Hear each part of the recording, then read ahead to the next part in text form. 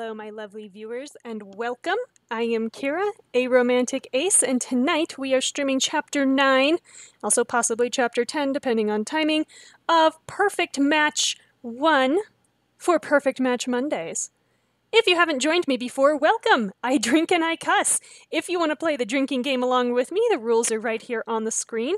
Also underneath the player at twitch.tv/aromanticace. If you can't read the rules in either one of those places, click on that image. It will take you to my Wattpad where you can read the most recent version of the rules in text form.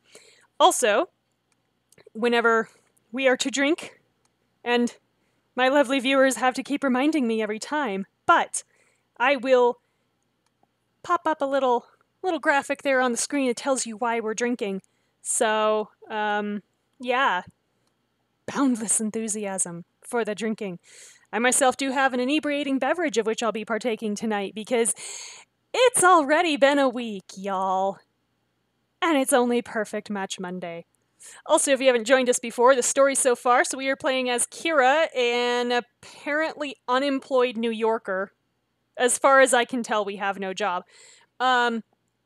Who visited this matchmaking company under the advice of her best friend and cousin, Nadia, to try to find her perfect match. So she gave all her information to Eros. She let them hypnotize her, and ask her all sorts of prying questions, and then matched her up with our gorgeous girlfriend Hayden, who is everything we could ever want. She's sweet, she's smart, she plays various instruments, she can speak various languages.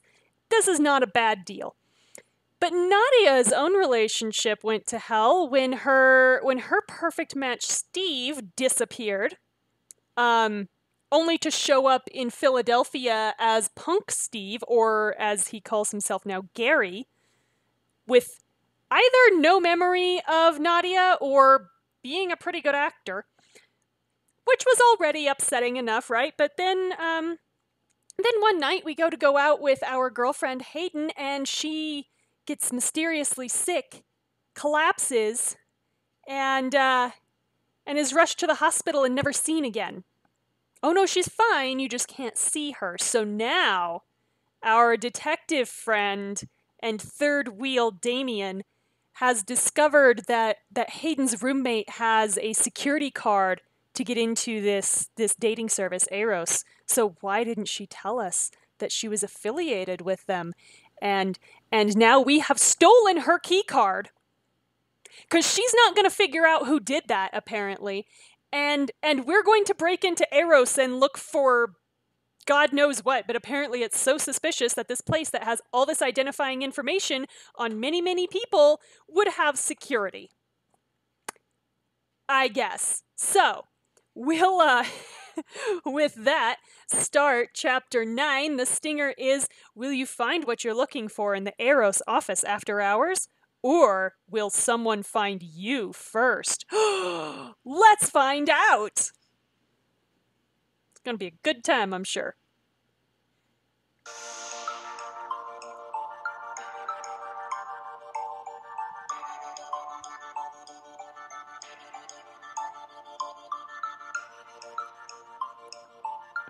So this is Chapter 9, Behind the Curtain. Pay no attention. Sorry. You and Damien are waiting for Nadia a couple blocks from Eros's office building. She should be here by now. I'll shoot her a text. Tell her we're waiting out back.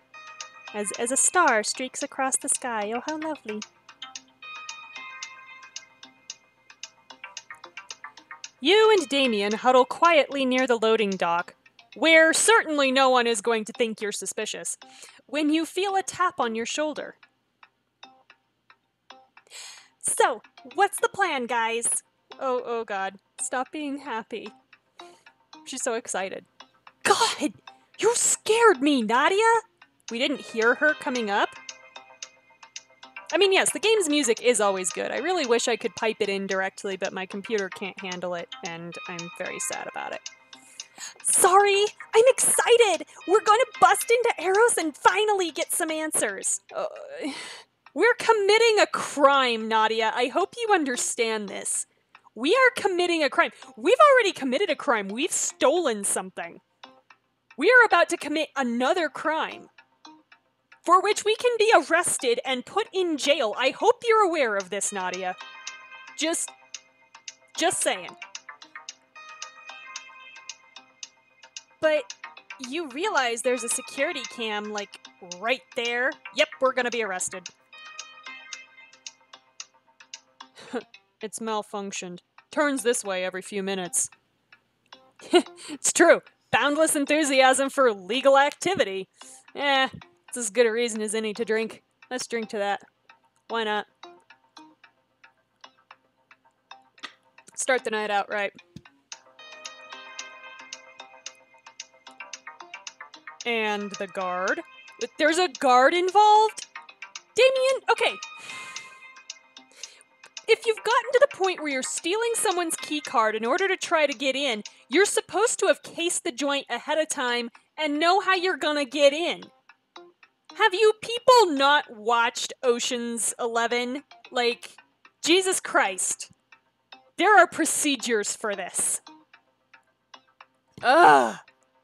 Ay. I'm gonna say this counts as genre savvy too, because at least people are pointing out there are potential problems, so take another drink.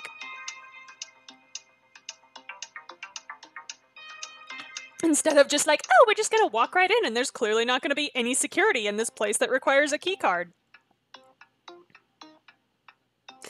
You look over to a menacing-looking guard who scans the alley on patrol before entering the building. And doesn't notice us, I guess. What? Okay. This is very, like, evil Tony Stark meets Moriarty, is what that is. What is that hair? Sir, okay, it looks kind of weird because it's up against the backdrop, I guess. But yeah, this is very evil Tony Stark meets Moriarty to me. Lead him out here. What? Excuse... We were supposed to have a plan together, y'all. What? Me? Yes, you. You're the white girl. You're the least likely to get shot. Just saying. Camera's turning. Now's your chance. Trust me. No!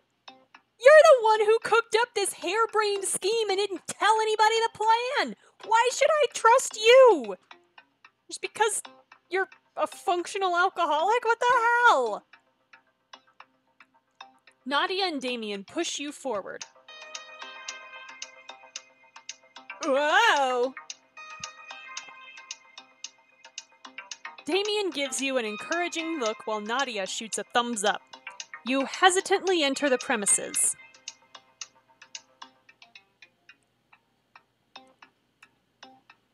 Hey!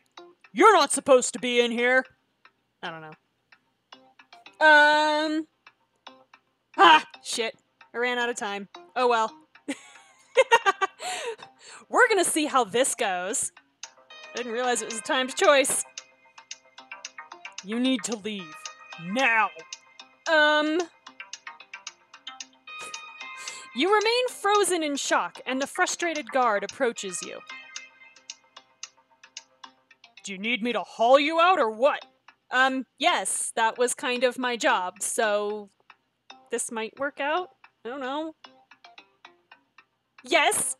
No! Sorry. I was lost. Yeah, whatever. Granted, at least our look of surprise does make it look like we didn't know anything about the place before we came in, so... He gruffly grabs you by the arm and drags you to the exit. Still got what we wanted. Thwack! Oh dear. Oh, are we adding assault and battery charges now? Yeah? Yeah? Damien knocks the guard out cold. Cool, we're adding assault and battery to this now. Oh my god. We're not just going to jail, we're going to hell. I did tell you to trust me. Yeah.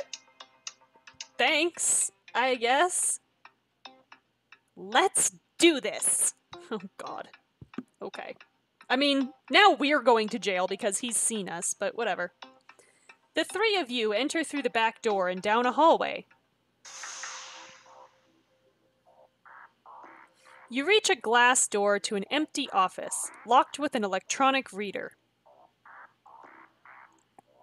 Kira, Sloane's card. So we will swipe Sloane's Eros badge, which apparently she hasn't reported missing yet, so it hasn't been deactivated. A green light flashes as the door unlocks, and you push your way into the office space, leaving fingerprints everywhere. Oh boy, I feel it coming. What, you're okay? Nadia turns pale and clutches her stomach.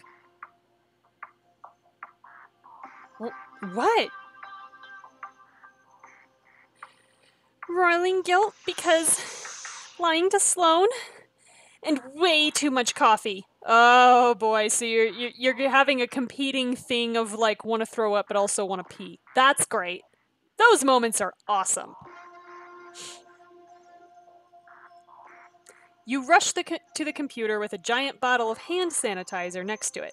You open the first drawer to reveal stocked hand soaps. I'm gonna say stacked hand soaps because that honestly suits Sloane a little bit better. At least I'm pretty sure. Lavender scented. Nice. Yep. Definitely Sloane's. The computer powers on and displays the login page. A 5-character password. Hint favorite. Oh god. Shit. Favorite what? Favorite what? That could be anything. Let's split up and look around. Maybe we can guess something from all the stuff she has here. Good plan, Nadia. A compliment from you, Dee? My lucky day. Clearly they don't have any security cameras in the office area. Just throwing that out there. This is usually the point where I, like, hope for a, really good roll on a computer's check or something and find the password under the keyboard. Somebody looked under the keyboard? Because people write down their passwords and they stick them in dumb places, so start there. Even somebody as smart as Sloane will do that under certain circumstances. So, yeah. Literally look for, like, sticky notes and shit. Should have kept my mouth shut. Well, there are a lot of trinkets on her desk. I'll check out the photos. And I'll study this abstract screensaver? Oh my god, you literally can't find anything more useful to do than stare at the screensaver, Damien, I swear to god. What do you look at? So what is our option? We can, oh, that's right. We can look at Sloane's trinkets, we can look at the screensaver, or we can look at the photographs. I'm gonna start with the trinkets. You glance at the objects lined up on her desk. Miniature rockets, wooden spaceships, and is that... a Millennium Falcon model? Oh, hell yeah! Flight and galaxies galore. Sloane's definitely really into space. Alright, but it's a 5-character password, so can't be episode 4. And it also can't be A New Hope or any abbreviations for A New Hope. Although, frankly, the Millennium Falcon is kind of non-specific at this point. But okay, so we will look at the photos next. You join Nadia, who's admiring the framed female portraits. Malala Yousafzai, Amelia Earhart, Blair Hall,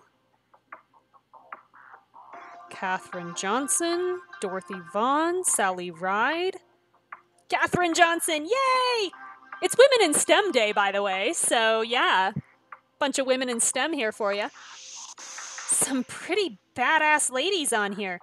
And if you've been paying attention to the Daily Mail lately, apparently if you have too many pictures of single, just women by themselves, in your home, that will drive away the men's because they'll be intimidated because, images of women by themselves with no one else, and particularly without a man, says that you're happier alone.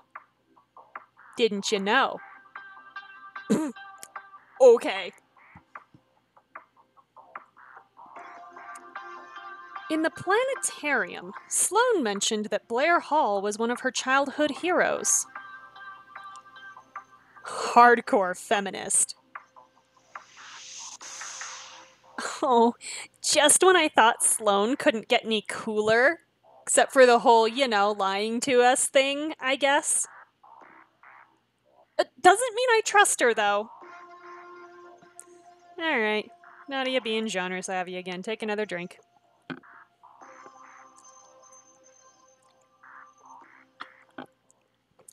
A lot of these women seem to have worked for NASA at some point. Yeah, except it's a 5-letter password.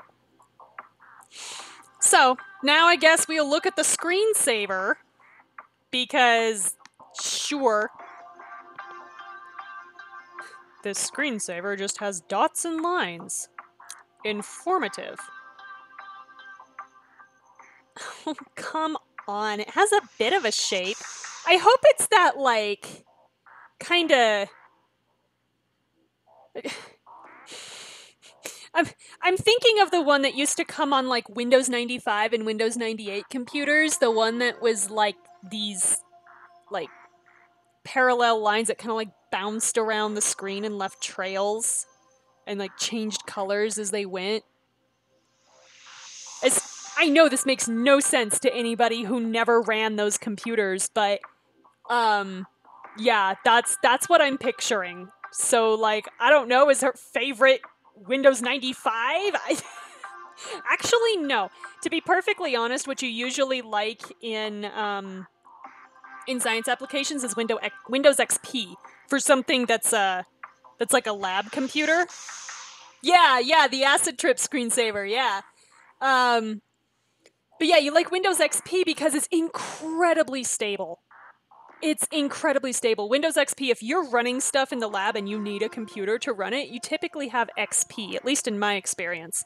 Because anything else tries to update all the time, just flat out isn't as stable. Now the trick is you never, ever, ever hook these computers up to the internet, because if you do, it'll try to update and you'll have to completely wipe everything and reinstall the operating system. But Windows XP is where it's at. That was an awesome operating system. That was the shit. Told you I cuss. I know I've already cussed, but I told you I cuss. Yeah, sure.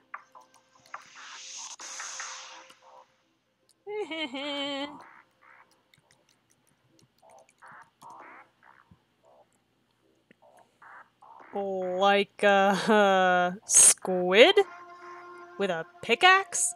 Yes, like a squid with a pickaxe, Damien. Sure, why not?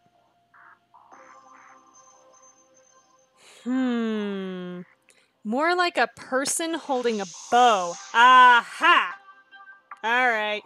I know where we're going now. At least I hope I do. Oh, come back. There we go. It could be any weapon, really. But, yeah, I guess it kinda looks like an arc. Oh, now they're just insulting me. There are also 3 dots that go across the center, kind of like a belt. This looks really familiar, like something I saw in the planetarium with Sloane. Damien, I think it's some sort of constellation. Well, unless we've got a star chart or something, we're still screwed.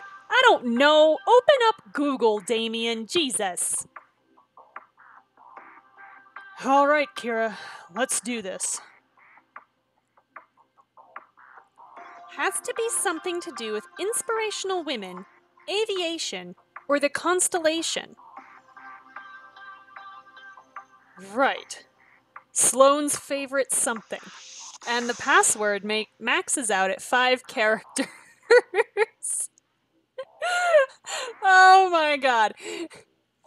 I mean, if this game wasn't T for teen, I would be tempted to think that it was.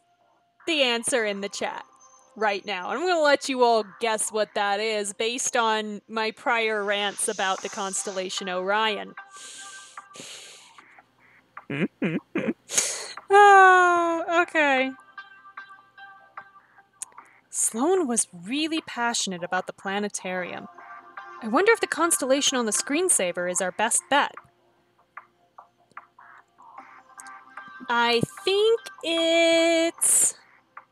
So yeah, based on the plethora of hints they're giving me here, I'm going with Orion. O-R-I-O-N. Let's see if I'm right. The computer hums and welcomes you to the Aros database. So we shall start searching Sloane's computer. Slurching. Yes! Not so loud! What should we look for first? Steve Tennyson. Okay. You open your mouth to argue, but Damien shoots you a look. Nadia practically yanks the mouse and keyboard from you. We've probably got like 5-10 minutes in here before that guard wakes up, by the way. Also, Damien probably has a broken hand. I'm just throwing that out there. It's true. It's true. Penis would be a better password because no one would expect it from Sloane. It's very true. Like, your passwords theoretically should not be something that other people can guess based on a small handful of hints, and Sloane would know that. Actually, what Sloane would know is that your best bet is basically to make a long string of random letters. So the longer the password is, the more secure it is. It really doesn't even matter what it says, because the point is to basically have something that's going to take a computer a hell of a long time to crack. So screw your adding capitals and you know, special characters and numbers. Just make it really fucking long. But, you know, that takes data storage room, which is why a lot of places won't actually let you use a very long password. Okay. Okay. Here. Match number 103. He's got a profile. Oh, God. Okay. Aros candidate number 103. Surname Tennyson, first Steve. Match number 320. Park Nadia. Point of contact Tennyson Robert. Related files. Match number 121. Crawford Gary. Match log. Match number 103 met with client number 320. Park Nadia. Began date at wine and painting class. Results proved favorable. Match 103 commenced cohabitation with client. Growing intimacy with client's friends, pair traveled upstairs to Haven Lake. Or upstate to Haven Lake. I was about to be like, what? That doesn't make sense. It's because it doesn't. Client broached topic of marriage. Relationship progressing ahead of timetable.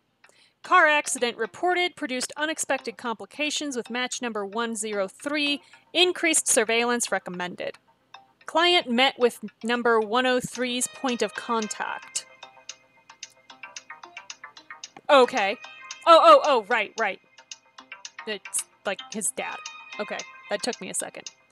Match number 103 in critical condition. Point of contact dispatched to assist. Relationship terminated. Well, that doesn't sound good, especially since it's in big red letters.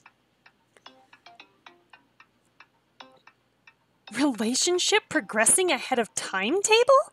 The hell does that mean? I guess it means they had a schedule and you broke it, Nadia. And whose timetable? Not mine. I don't know, you're the one who wanted to get married after like a few months of dating, so... It's not that it doesn't work, it's just that it's relatively unlikely. Yeah, this is basically what this sounds like, is Nadia literally came on too strong and broke something. Unexpected complications? Haven Lake? The accident. It happened around Haven Lake, just outside Cedar Rest. Look, there's a link to Gary's file. You're a class 5 clinger, Nadia. Yep. So, Arrow's candidate number 121, so actually not that much higher up the list. That's interesting. Surname Crawford, first Gary. Match number 344, Simmons Rena? Is that Rena or Nina? Hang on. That is Rena. Okay. Point of contact, Crawford, Bob. Related files, match number 103, Tennyson Steve. Match log, added to system as resources have been repurposed. That sounds terrifying. Match number 121 met with client number 344, Simmons Rena. Began date at rock concert venue. Results proved favorable. Match number 121 encountered clients number 320 and number 327. Increased surveillance.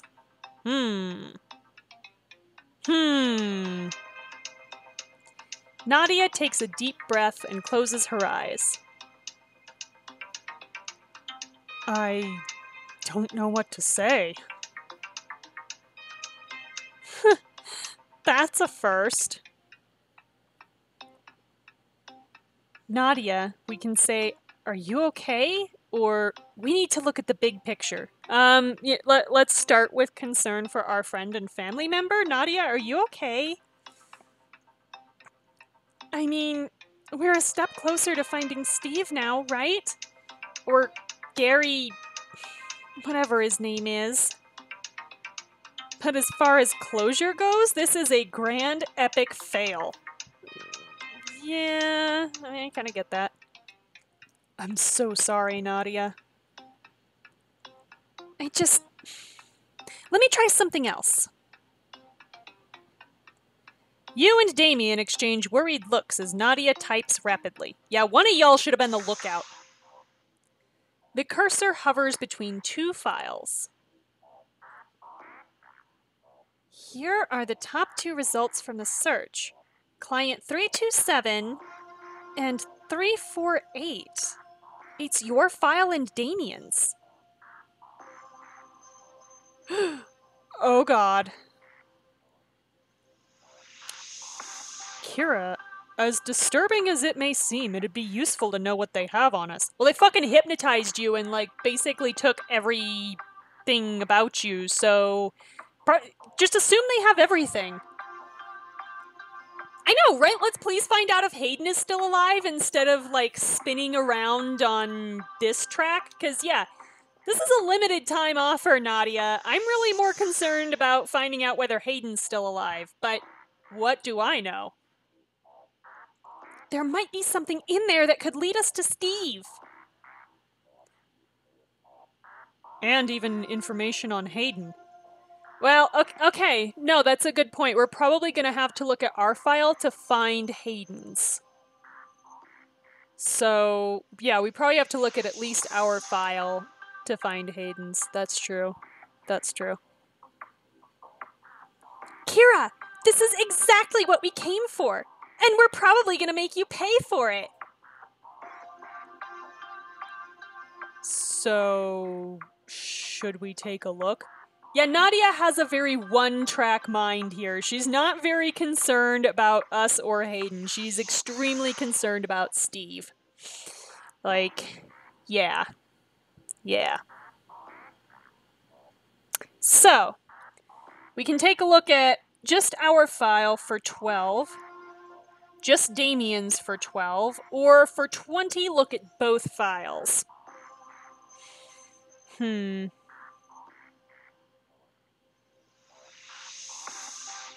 Can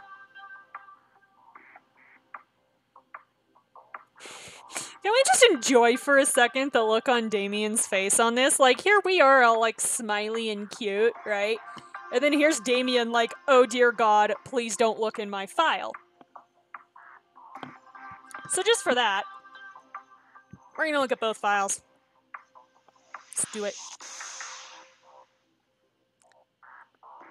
Ready, Damien? As I'll ever be. You offer a small smile, which Damien returns. He opens his file. See, basically this is just like one gigantic slew of BuzzFeed quizzes. Everybody loves BuzzFeed quizzes, Damien. You'll be fine. So here is Eros candidate number 348, surname Nazario, first Damien, no match. Background, former NYPD detective, served brief stint in Interpol, discharged after a botched cartel sting in Baitan led to young civilian casualty. Ouch. Current occupation, private investigator specializing in infidelity claims. Which is probably why they didn't want him. Romantic profile, common defensive techniques, humor, charm, profiling the profiler. Assessment results suggest strong romantic attachment to client number 327. May have difficulty forming connection. Oh my God, I'm going to throw up.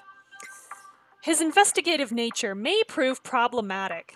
Ineligible. Because kicking him out isn't going to make him suspicious at all. Nope, not even a little. Okay. I mean, you people were already screwed, so... Wow. Wow, indeed. I've got some serious phone calls to make. How'd they even find half of this stuff? I told you they hypnotized you. You have no idea what you said. Also, did I or did I not tell you that this whole Eros thing was a terrible idea? Hey, you walked into it too, buddy. So, don't you start with me. Don't you start with me. You romance-shaming asshole. You know what? Yeah. That's our third wheel being a jerk. Take a drink. No! Other one. This is what happens. You gotta do it all by hand. Take a drink.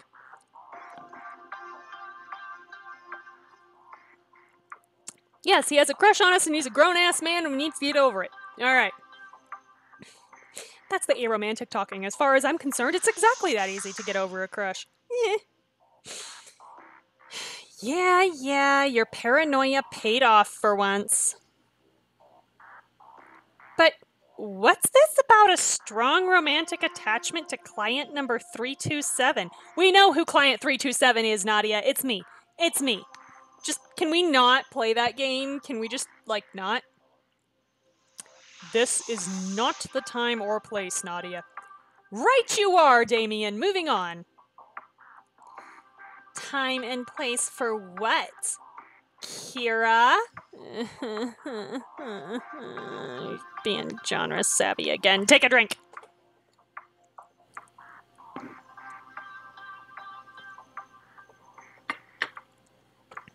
Because I'm sorry, it's being genre savvy to pick out that Damien's the third wheel. Oh!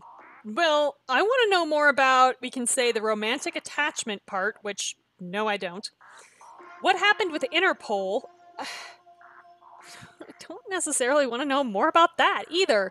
Or Damien's romantic profile. I don't really want to know more about any of these because the romantic attachment part, we know what that is. Okay, it's not exactly subtle.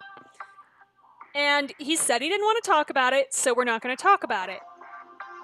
Saying we want to know what happened with Interpol, again, if he didn't tell us, that means he doesn't want to talk about it, especially if a kid died. So I don't want to ask him about that either. But I also don't care about his romantic profile, like, at all. I don't like any of it. I don't want any of it. I guess we are going to ask about...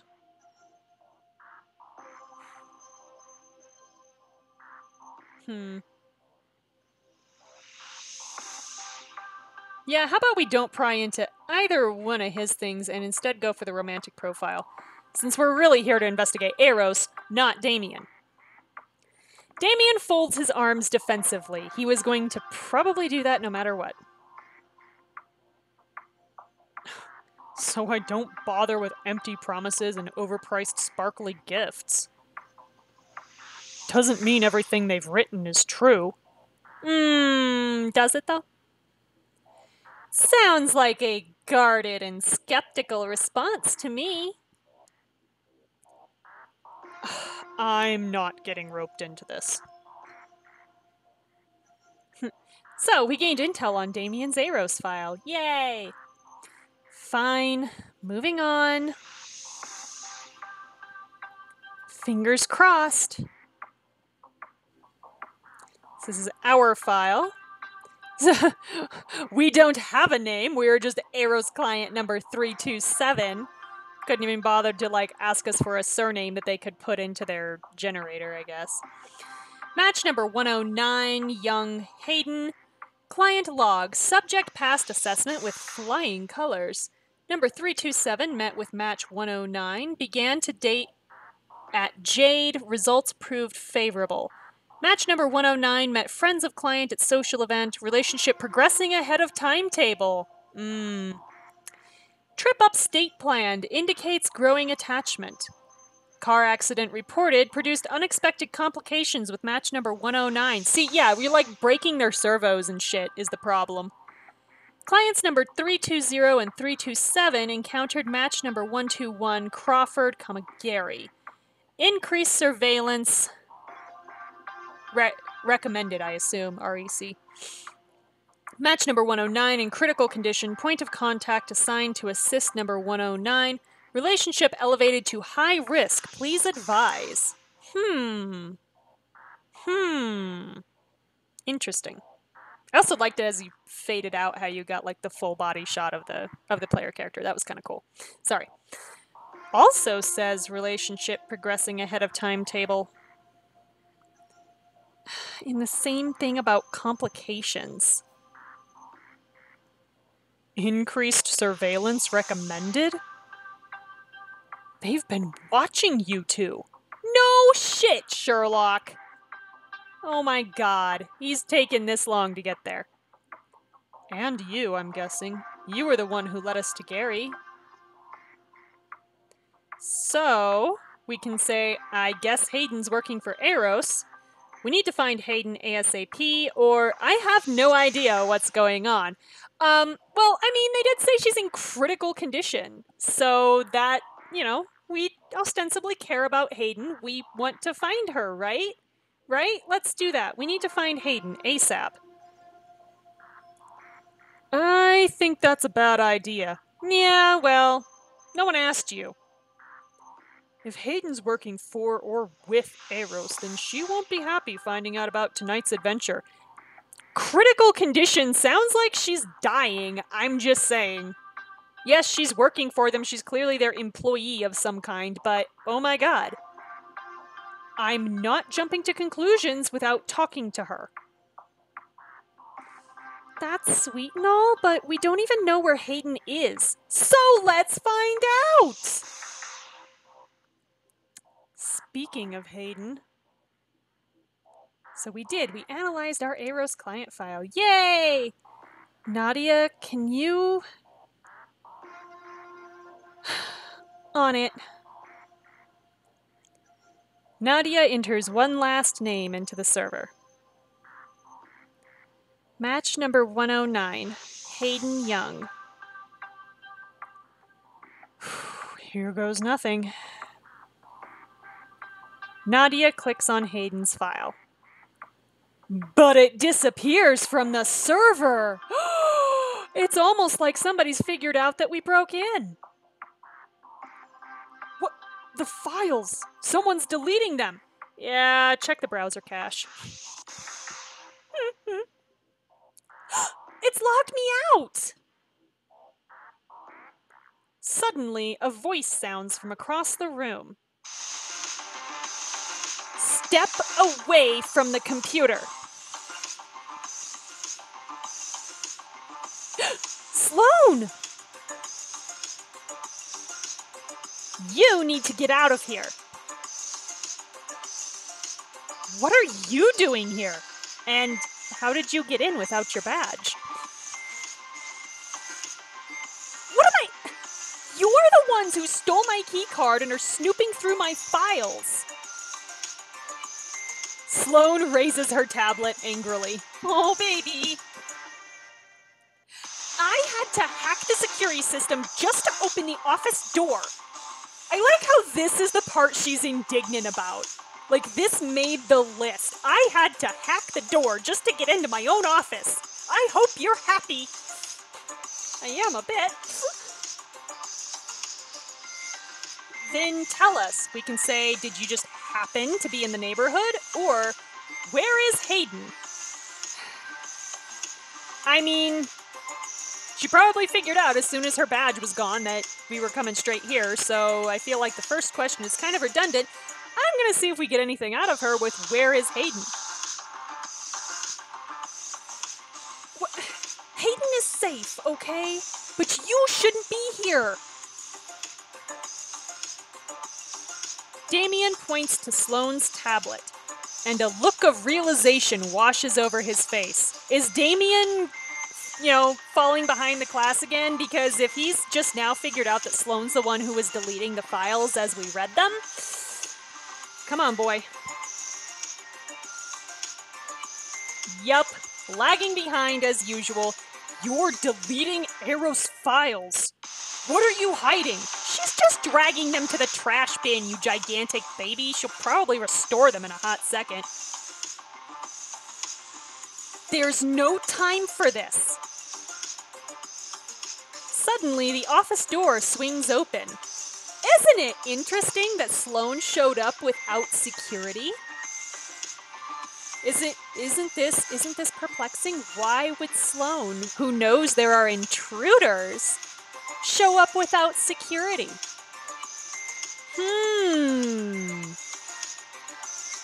There's another guard with a weirdly proportioned face for his head shape.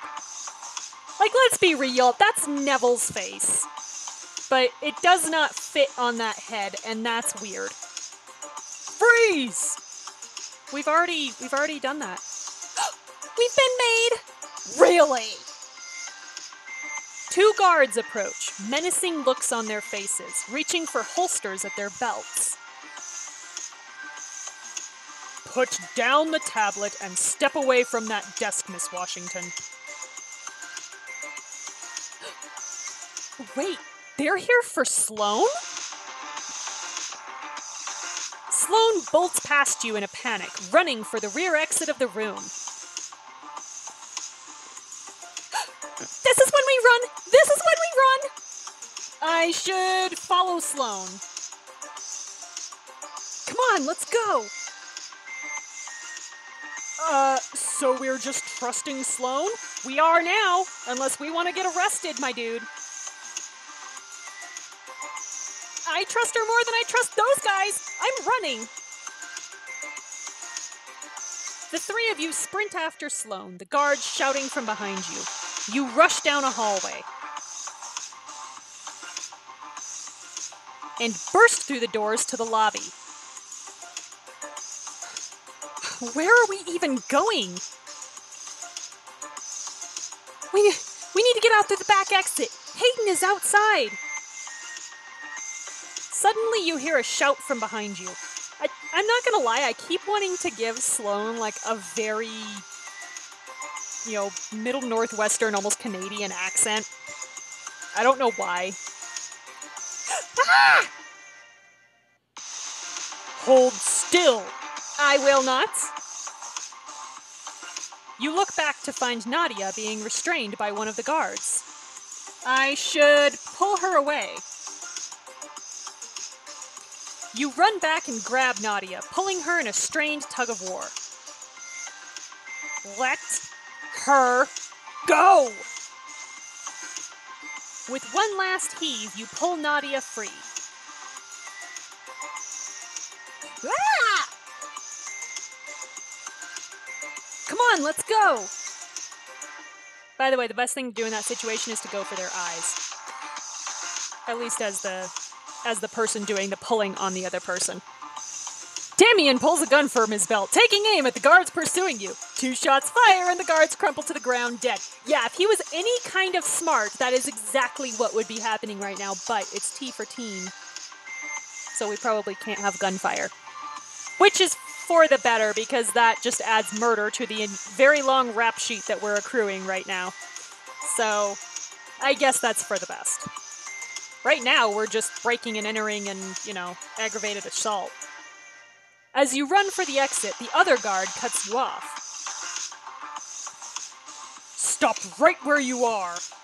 I will not. He pulls out a strange weapon that glows and hums with an electric buzz. Oh god, I hope it's set to stun. That is a stun gun, is what that... Well, that's actually a taser. Stun gun is the one that you just hold in your hand, which really makes no sense. The one that you hold in your hand should be the taser, and the one that you actually shoot like a gun should be the stun gun. But who decided that? I have no idea. Anyway, look out. It's a weapon. What is that, a taser? Haven't seen this kind of taser before. Sloane, what exactly? We are talking about this way too much. Less talking, more running. You all turn to see Sloane sprinting for the front door. Gotta run, gotta run. Switching to plan B. What? She ditched us! Follow her.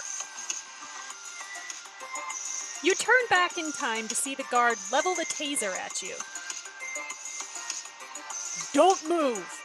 Dude, if you have to have your target standing perfectly still when you fire a taser at them, you shouldn't be firing a taser. Because it's not safe to be firing the taser. All you're gonna do is piss your target off. Ugh. I should run. Okay. You turn on your heels and bolt for the rear exit, just in time to dodge the needle-tipped wires flying out from the guard's weapon. I like the idea of, run foo. It's a very good method of self-defense. A loud chattering sound fills the air as the wires crackle on the ground with live arcs of electricity. Yeah, and they're snapping around like snakes, too. And they're loud. Whoa! This way! Out the back! I don't know, Sloane went out through the front door. Let's head for the front door. What are we doing? The 3 of you run and burst through the doors of the rear exit. And out into the alley behind the building. Kira? Hayden! We can say, what are you doing here? Sloane said she was here, so presumably she has some reason to be here. Also, she works here. So we can say, what are you doing here? Or, I'm so glad you're alive. I mean, honestly, we're basically doing all this to try to find Hayden, so I'm so glad you're alive. She rushes to meet you, wrapping her arms protectively around you. Good girlfriend. What in the world is going on? Where's Sloane? She picked me up and told me to wait out here for her. Sloane is... Wow, we can't leave it like that. It sounds like she's dead. She ran off. No time to explain. We have to go. You look over to Damien, who's holding the door closed as the 2 guards bang against it from the other side. Alright, there's a super easy way to hold doors closed, although it does require you to have, shoes that stick very well to the floor. You literally just stand there with your foot in front of the door. Don't try to lean up against it with your body. Just put all your body weight on your foot and leave it there. Because if your shoe sticks well enough to the floor, they are not getting through that door. I mean, they could, but I've done that and held back like 3 teenage boys to the point where they were bending a hollow core door almost in half. They were about to break it. So yeah, no, that technique works very well. That's what he is hopefully doing. Don't know how long I can hold him, so yeah, running would be good.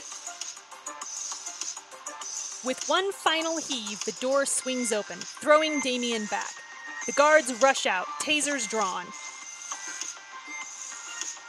There's one more! Is she with them? Take them all in, sort it out later. Oh boy. Overreaching your jurisdiction, aren't you? Leave Hayden out of this. The guards take aim at you. Yeah, we are so smart. Kira, no! You hear a hiss as wires fire out once more. When Hayden dives in front of you. No! You tackle the other person and you both get out of the way. You don't dive in front of them and take 2 tasers in the chest. That's how you die.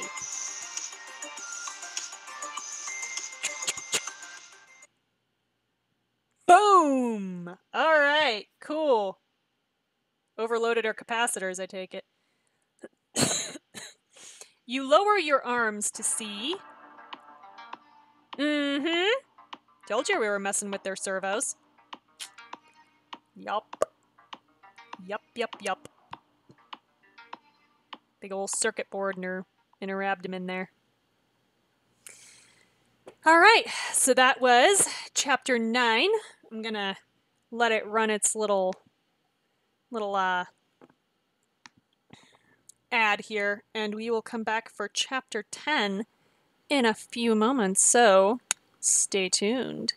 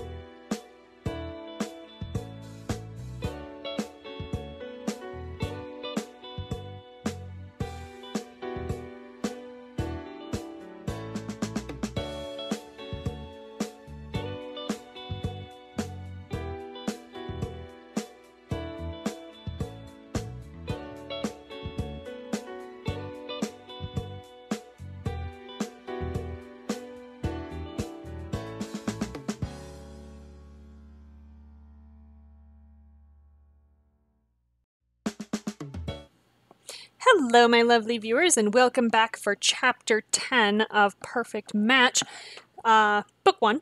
So, stinger for Chapter 10 is, after digging too deep, you find yourselves on the run. With options running out, where will you go? Let's find out!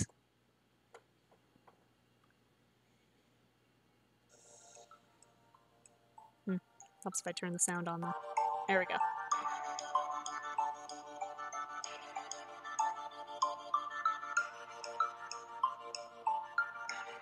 So this is Chapter 10, Fight or Flight.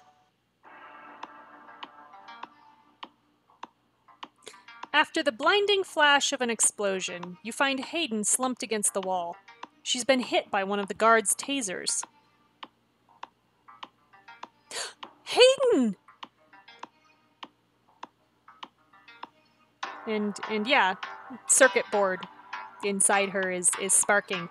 I would like to point out that I actually did not look up anything about this book before I played it, so all of my past jokes about messing with the robots' servos and shit, that was literally me just being genre savvy. That had nothing to do with, like, actually knowing anything that was in the book. Okay. You rush to Hayden's side. Where the taser hit, cloth and skin have burned away to reveal machinery. She does not look particularly happy, I've got to say. What the hell is going on? I don't know. See, I'm thinking of all kinds of possibilities beyond just, like, literally building sex bots, right? I'm thinking, like, people who were on the brink of death who, like, got resurrected through technology and, you know, the price to pay for that was to work for Eros. Like, that's where my mind is going just kind of right away, but that's me. Suddenly, a screech of tires sounds from the entrance of the alley as a van comes barreling toward you. Ah! That face still doesn't fit on that head. It's very creepy. The guards jump out of the way as the van skids to a halt in between you and your attackers. In the driver's seat, you see Sloane. Everyone, get in! Not you, guards. Everyone else! She feels the need to specify. I love it. I love it. Nadia opens the van doors as you and Damien haul Hayden inside. One guard shouts into his radio as you speed away. We have a code Pandora. All available units mobilize. Uh-oh, did we just open the box? So it really depends on what version of Pandora's box you read, what she lets out of the box. So... Sloane drives at top speed, but an Eros security vehicle keeps pace a few hundred yards behind. I mean, a van's top speed is usually not very high. Damn it, they're relentless. Yeah, it's almost like we're making off with their property. A car blares its horn as your van cuts them off. Sorry! Oh my god, poor Sloane. Does everyone have their seatbelts on? Asks Nadia, who's remembering, you know, the last time we were in a vehicle, basically. Going in directions that we didn't know. And yeah, no. Oh god. Indescribable. Oh, baby. By the way, the seatbelts thing. Yeah, Nadia is the genre savvy one tonight. So take a drink.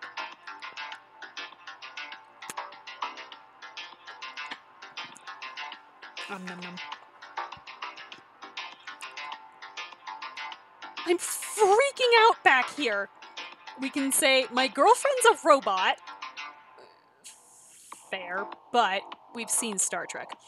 Hayden got shot, or we're in the car with an Eros spy. I mean, I suppose the being a robot thing explains why she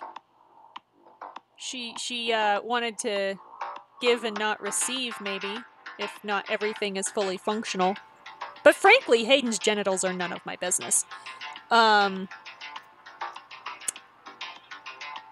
mean, I think I'm gonna go with Hayden got shot, because honestly, this sounds like this was not good for her. So yeah, I think I'm gonna go with Hayden got shot. She'll be okay. I have the tools and supplies I need to patch Hayden up once we're off the road. Eros gains on you, the head of their SUV filling the entire back window. Or the hood of their SUV. I was wondering. The hood of their SUV filling the entire back window. Watch out for that pothole! The whole van thumps as Sloane drives directly over it. Oh, great. We just blew a tire, didn't we? Or don't? Suddenly, all of the van's doors unlock. What was that? Damn it! Eros broadcast a signal to unlock the van. They can do that? I mean, I guess that's what you get for stealing a company van, but, you know. Uber probably didn't want any part of this. Well, this is their van. You didn't think to get a car they couldn't control? What? I disabled Hayden's tracking chip and the GPS on my phone, but Eros swings to the right, pulling up alongside you, and their door opens. Oh, great. Gonna have to do some fancy driving to keep them from jumping over into our vehicle, I guess. By that I mean Sloane is. The guard moves across the gap, opens the door to your van, and reaches inside to grab one of you. What he's planning to do, God knows. Slam the door on him. You slam the door on the guard's arm, and he jerks back in pain. Gah! It is not very hard to break someone's arm that way, by the way. As you shut and lock the door, you see him fall back into Eros's SUV, clutching his arm. Nice one, Kira. I'm glad you're happy. Oh my god! Oh my god! It's okay. You're okay. Nothing about this is okay!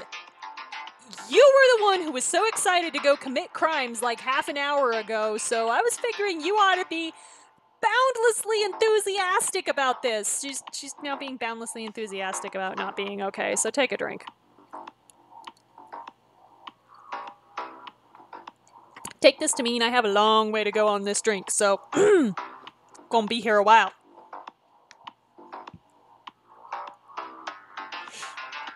Sloane ducks her head under the dashboard and the van slowly drifts into the next lane. Damien lunges for the steering wheel, guiding you back to safety. What are you doing? You're driving! With a yank, Sloane pulls a mess of wires free from beneath the console, rolls down her window, and chucks it out onto the highway. Atta girl. Atta girl. That's some genre savviness to just yank it right out of there instead of, just, oh my god, what do we do? Instead of trying to, ditch and grab a new vehicle. I like it. Ha ha ha! Take that! What was that? I performed a manual override on Eros's control module. Consider us officially off the grid. I love it. Sloane, do you even have a plan here? Where are we going? Excellent question, Damien. I know of a safe place. We're headed there. How can we trust you? You were working with them. Yeah, well, she hasn't tried to kill us, and also, isn't it pretty telling that she showed up before the guards did? And didn't seem particularly pleased to see them? I mean, this could all be an incredibly elaborate ruse, but who has the time? Well, don't worry. I'm definitely fired now. I mean, fair. There's no coming back from stealing a match right before they're prepped for reassignment. Okay. Kira. And she shuts down. Oh, baby. What's happening? Why is she doing that? She's glitching. It happens when the circuits overload. Steve was glitching too. It's why they recalled him after the car accident. Recalled him? We can say, that's not code for assassinate, is it? That seems very fair. Did Steve ever lose consciousness? Some odd question to ask as a follow-up there. Or what? So they're just expendable? So that's not code for assassinate, is it? Or what? So they're just expendable? I mean, we seem to be under the basic assumption that Hayden's a person, right? Even though she's a robot. So I think we're going to be a little indignant at that and go, what? So they're just expendable? They're not malfunctioning toasters. You can't return them when their warranty expires. What? That's not what I didn't realize we were directing that at Sloane, but... The van's tires scrape along a curb, jostling everyone in their seats. Look, we can play 20 questions once we're safe. Sloane, you've got to lose them. I have an idea. I saw it in a movie once. Sloane turns the van toward the busier part of the city. Oh boy. What are you doing? It's too crowded. It's too congested here. The science is sound, Damien. I've just got to... Sloane barrels into the middle of an intersection right as the light turns yellow. Ah! That's not even that dangerous. People do that in my city all the time. That's why you have to wait for things to turn red before it's safe to go, the other direction. Sloane pulls up on the emergency brake and yanks the wheel to the left, spinning the back end of the car around as she makes a sharp U-turn. Oh god, we're going to die. Yeah, especially trying that in a van. They're top-heavy. Yikes. Stopped traffic blocks Eros' SUV at the light as your van soars past them, going back in the direction you came from. I've always wanted to try that in real life. Till now I've only done it in physics equations. What physics classes were you taking? Because that's an incredibly complex calculation. Like, there's static coefficients of friction, kinetic coefficients of friction. The fact that those coefficients are going to change as the tires lose rubber.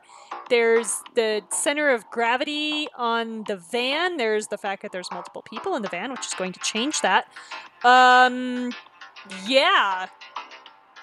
This is to say nothing of the performance of the brakes and or the engine. Yeah. This is complicated. Sorry. Damn, Sloane. We can say, that was awesome. I think I'm gonna throw up. Or, what other hidden talents do you have? Juggling? Jiu-jitsu? I don't think I'm gonna be quite that snappy after, basically being thrown against the side of a van, so I think I'm just gonna go with that was awesome. You are so cool.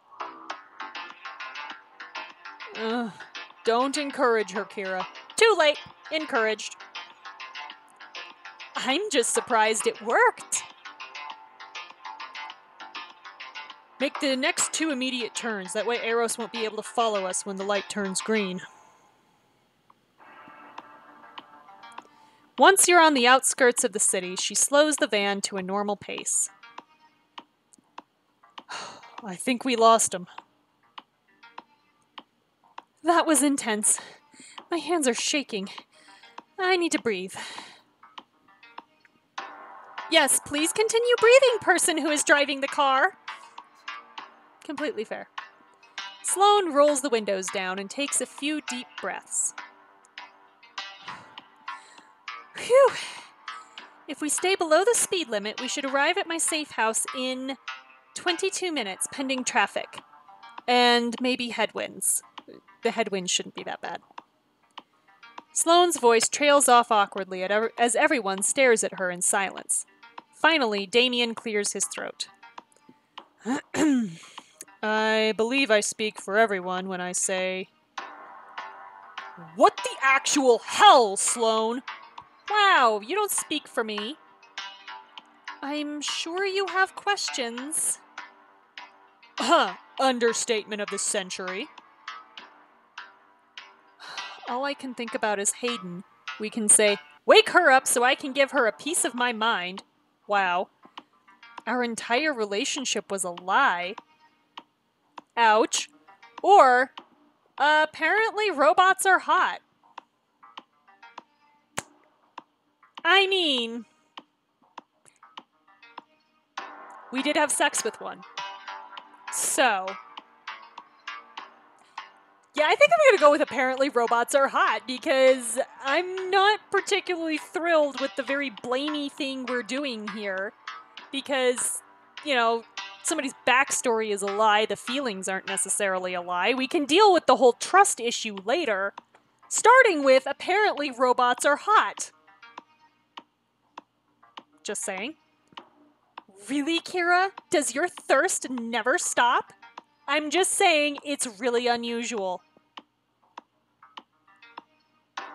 I mean, if I'm gonna be conned into a relationship by a robot, at least she's a cute robot. Besides, up till now I have been very not thirsty, so calm yourself. Actually? That's not true. Okay? Continue. I mean, it's true that Hayden isn't what you thought she was, but the relationship wasn't fake. She didn't lie to you. I'm not following. How? Well, probably because she was programmed to think it was the truth. Oh God.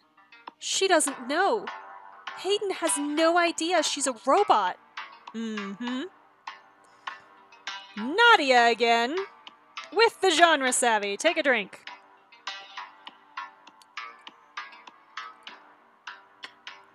Damn, girl. What? She's right. Hayden is programmed to believe she's human.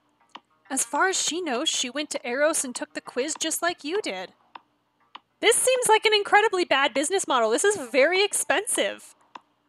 This is so expensive. This is a bad idea. This is such a bad idea. Hayden believes you're her perfect match too. She had no idea any of this was happening. Yeah, there seems to be a lot of that going around. I have so many questions. You can ask me anything you want. I'll try to answer as best as I can. In that case... So, what do we ask about? Do we ask about the glitches? Do we ask about Gary? I'm going to be perfectly honest. I am not here for continuing to feed Nadia's selfishness right now. Or we can ask about the matchmaking service. I mean, the matchmaking service seems pretty straightforward. You take a fucking quiz and you, they just program a robot to meet your specifications. So what I'm most interested in is the glitches. The hell is going on?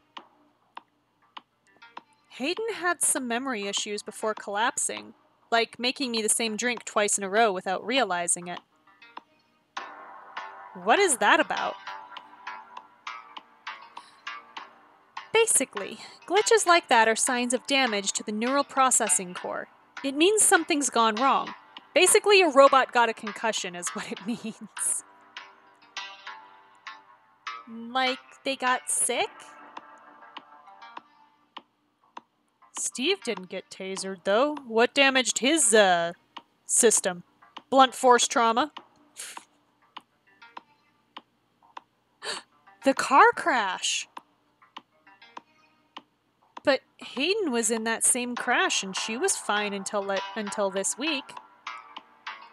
I didn't exactly report Hayden's progress as thoroughly as I was expected to. Ooh.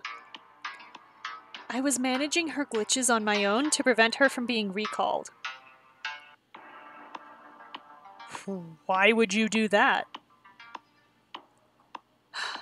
If Eros knew how badly Hayden's systems had been damaged, they would have destroyed everything that made her Hayden and recycled the hardware. I couldn't let them do that. But then she got hit with the taser. And not just any taser. Eros has one with a setting to take out matches. Okay, but they presumably had it set to human when they fired. So... yeah. I wonder. Oh, I see. We get to ask about everything. Well, like I said, I'm still not interested in Gary, so let's go with the matchmaking service. Why a dating service? Eros needed to test whether the AI personalities we encoded could pass for real human beings. Oh my god, is this like a CIA front? Is that what this is? A dating service is the simplest way to meet strangers and arrange to spend several hours with them. Oh, that actually makes sense. Did they not stop to think that it was also the simplest way to break people's hearts? This is capitalism, Nadia. No, they did not. Guarantee you these things are being produced for money. I'm so sorry, Nadia. So, if this is an experiment, what are they collecting data for? I'm just a handler, and I haven't been at Eros long enough to know what goes on in the upper ranks. But I think Eros has other things planned. Yep, they're gonna try to take over the world. We just walked into a Doctor Who episode, y'all. Not to mention, they treat their matches like they're disposable property. So I'd like to get to the bottom of this. Okay, fine. I'll ask about Gary. I don't want to. Gary is Steve's hardware with a different personality installed. You can swap them out just like that, huh? They recalled Steve and repaired the damage to his hardware, but... But what? Could they not fix him? Well, they could, and they did. But extracting a match and then putting them into their old life is a complicated process. It's easier to start fresh. The risk isn't worth it. So they stuff a new person in his head and send him off to lead someone else on. Fantastic. Okay, this is a good point. Why not an escort service and market them as sex bots? That way they don't have to explain to clients why their perfect match never changes or grows old. That's actually a good point. That actually makes way more sense than them being just dates. Because, yeah, you're gonna end up with a lot fewer questions, and honestly, you're gonna maintain some pretty good business. Because, you know, you're going to have your repeat clients, but you're also going to have new clients come in, especially if you can advertise, like, you know, all of your employees are clean and tested, and, you know, for as horrible as this is, sterile, so that there's not going to be any chance of unwanted pregnancy. Yeah, that's actually a much better idea. This, you know, of course, is T for teen, and we can't. Okay, I take that back. There is one problem with that, and it kind of serves to dehumanize sex workers. So I can see that being a potential sticking point. But as far as a business model goes, escort service actually does make a lot more sense. So...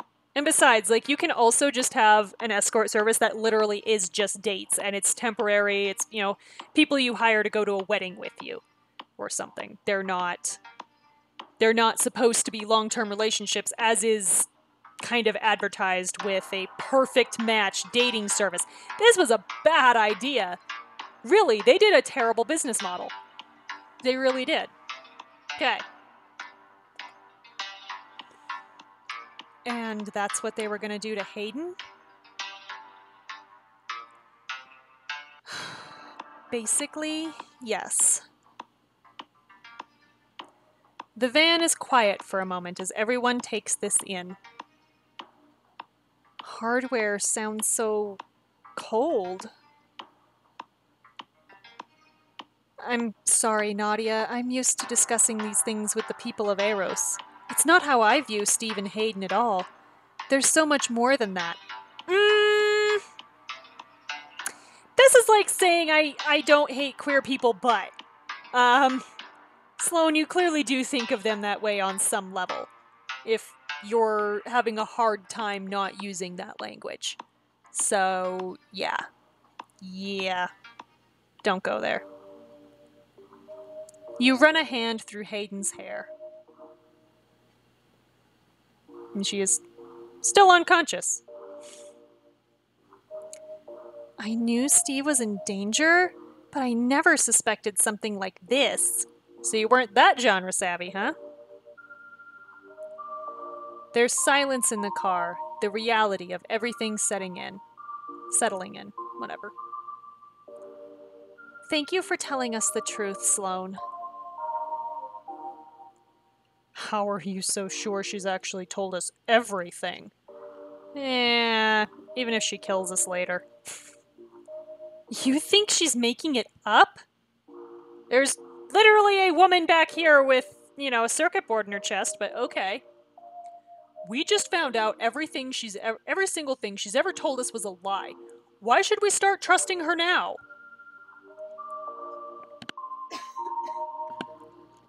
Well, we can say, I believe Sloane.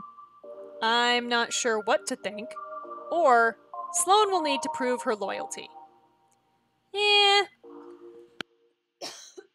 Excuse me.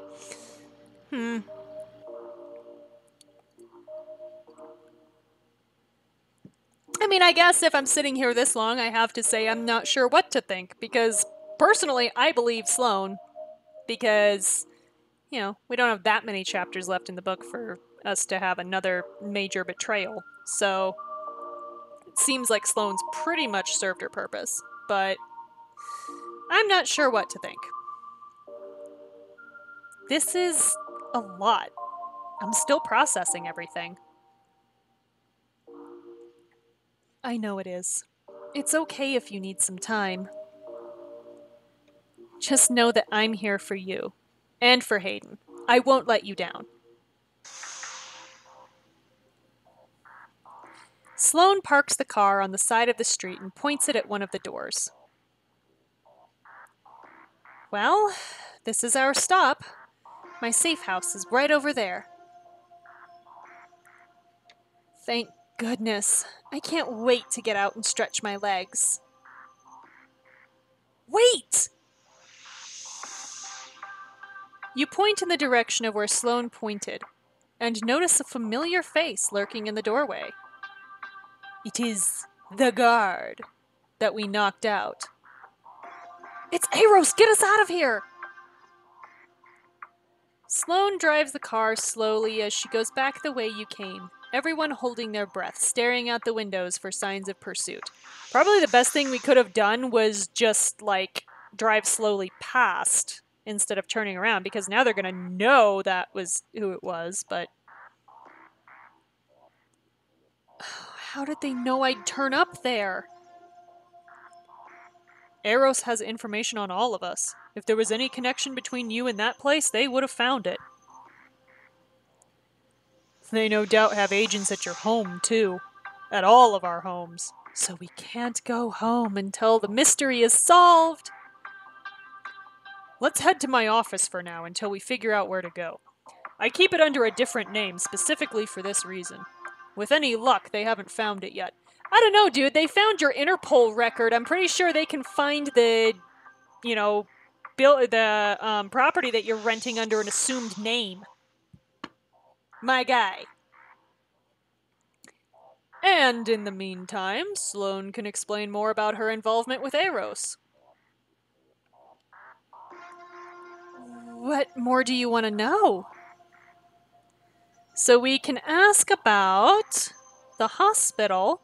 Interesting. Or Sloane's work with Eros. Kind of interested as to why the hospital came up, but I'm going to go with the more obvious question first, which is Sloane's work with Eros. Eros recruited me out of an AI programming course in college. Yes, those standard courses that you take in college. So I take it NASA was another lie, then. Yes. Probably more of a wish, honestly. NASA's kind of a big claim to make for a cover story, isn't it? Takes a lot to get hired there. Yeah, it does. Oh, I am qualified to work there, though. It was what I dreamed about doing ever since I was a kid. Just why it became her cover story. Until Eros showed up with an opportunity too good to be true. Yeah, chances like that usually are. I helped design the match's mental framework. It was nothing unusual, long hours typing up code in a lab. Things didn't get this intense or dangerous until recently. Why didn't you leave then? The project was a success. Hayden was a success. Sloane looks at Hayden's unconscious face in the rearview mirror and sighs. I was assigned as Hayden's handler, or what we'd openly call a field technician, to monitor her progress. Robert was Steve's. Monitor her progress doing what? Interacting with the real world, passing for human. Hayden continually surprised me in that. I reported my findings when we introduced her to strange people and places. And that's how I met you. You know the rest. Alright, so I guess we're going to ask about the hospital.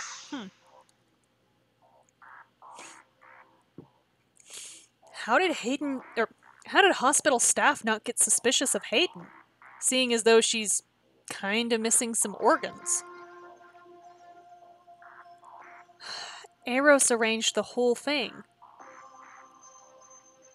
But I was there. Hayden rode in an ambulance. I saw them load her onto a stretcher. Eros's people dressed as EMTs. I had to call them so a real ambulance wouldn't take her to the hospital. And run tests and find out she's not human. That would have been difficult to explain.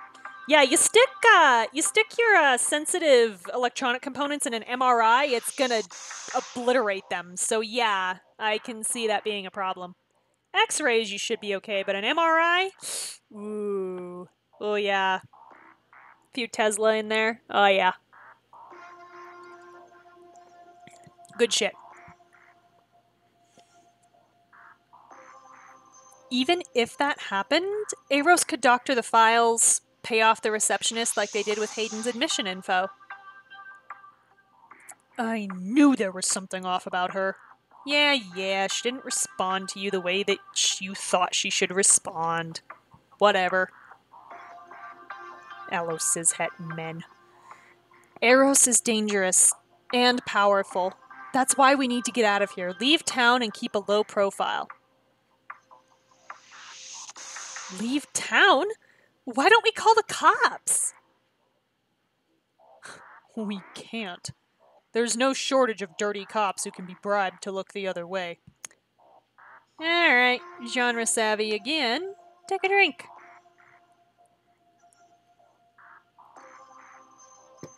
So, are we there yet? Some of us drank a lot of coffee to pump ourselves up before becoming sneaky criminals. Yeah, you mentioned that already. Think it's a little too late now. So, some of us might really need to find a bathroom soon. Hold on a little longer, Nadia. We're almost there. Yeah, well, we can't just step out and pee outside like you can, Damien. It's more complicated. Damien unlocks the door to his office, and you all pile in. Sloane helps you move boxes of paperwork so the two of you can lay Hayden down on a sofa against the wall. Nadia presumably sprints for the bathroom. Oh my god, finally! Nadia sprints past you into the bathroom and slams the door. She's very enthusiastic about that bathroom. Take a drink.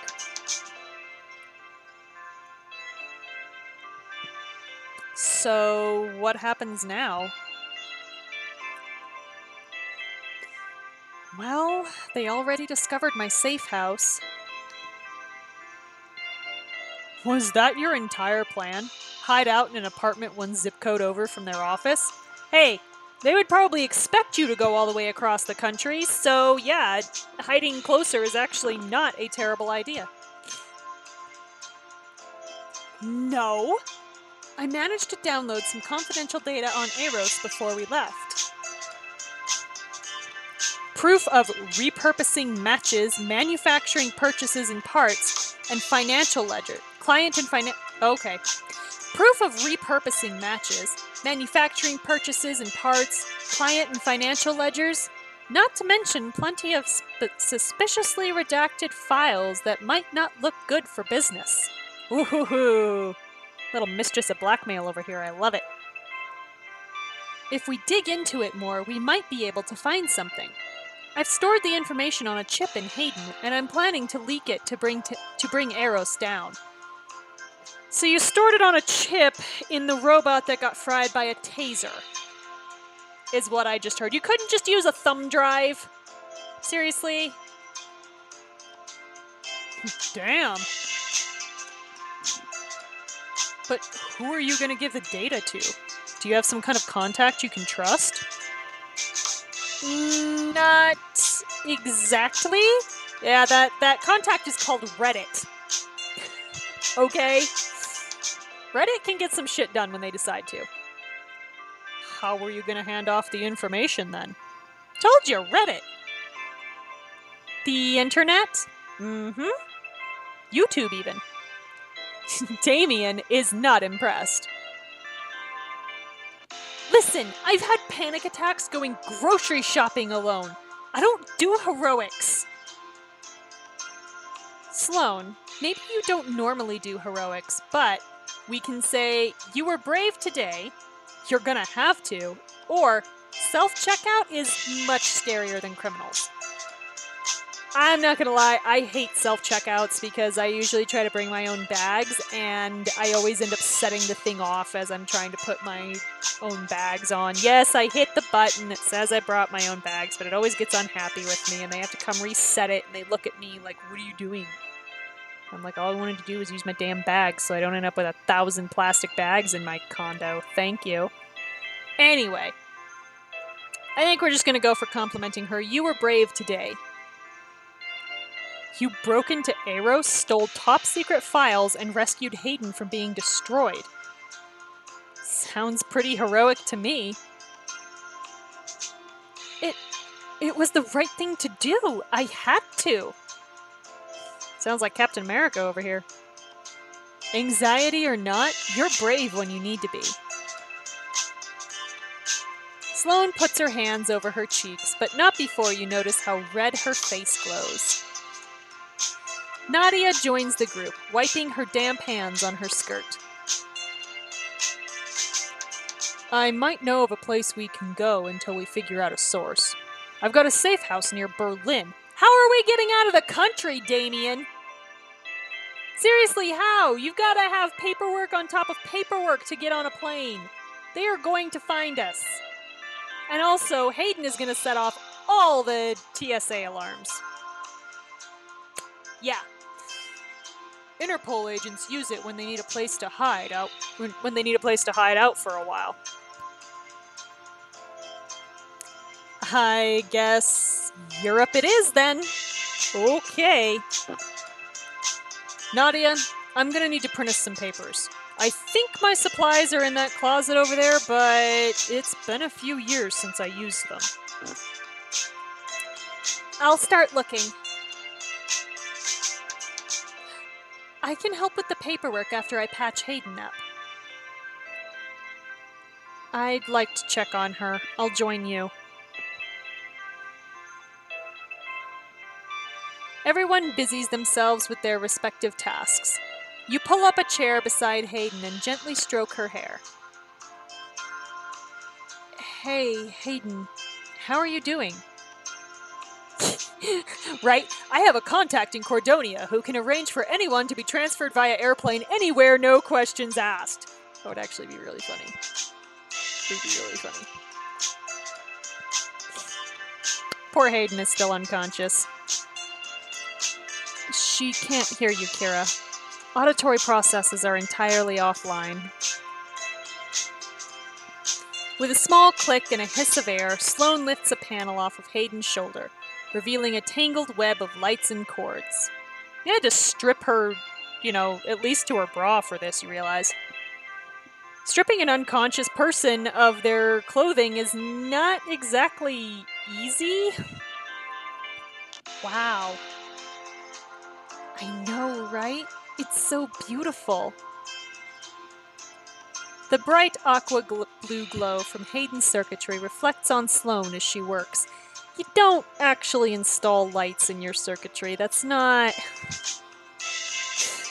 These lights don't make sense because there's no reason for them to be there. Usually if you're installing lights in your circuitry, it's to verify that some part of it works. It's a signal of some kind, like, when you turn your computer on, the little light comes on to show you that, yes, power is flowing. You wouldn't have this buried inside a person like that. Like, when you crack open your computer, there's not really extra lights inside it. So, it's very aesthetic, but that's all it is. So, we can say, Hayden really is a machine. I slept with a robot. That's cool. Or, you can fix her, right? I'm gonna skip over I slept with a robot because apparently we're too thirsty. So she really is a machine, or you can fix her, right? I mean, we're supposed to be worried about her, right? So I'm gonna go with you can fix her, right? Hayden took a hard hit with that taser shot, but it's the same damage pattern that was causing glitches before. I've already prepared the system patch to repair the previous damage. Hopefully it'll cover this as well. But is she gonna be okay, though? I won't know the extent of the damage until I have time to run a full diagnostic at the next safe house. But for now I can get her stable. And conscious. So she's gonna be able to wake up soon?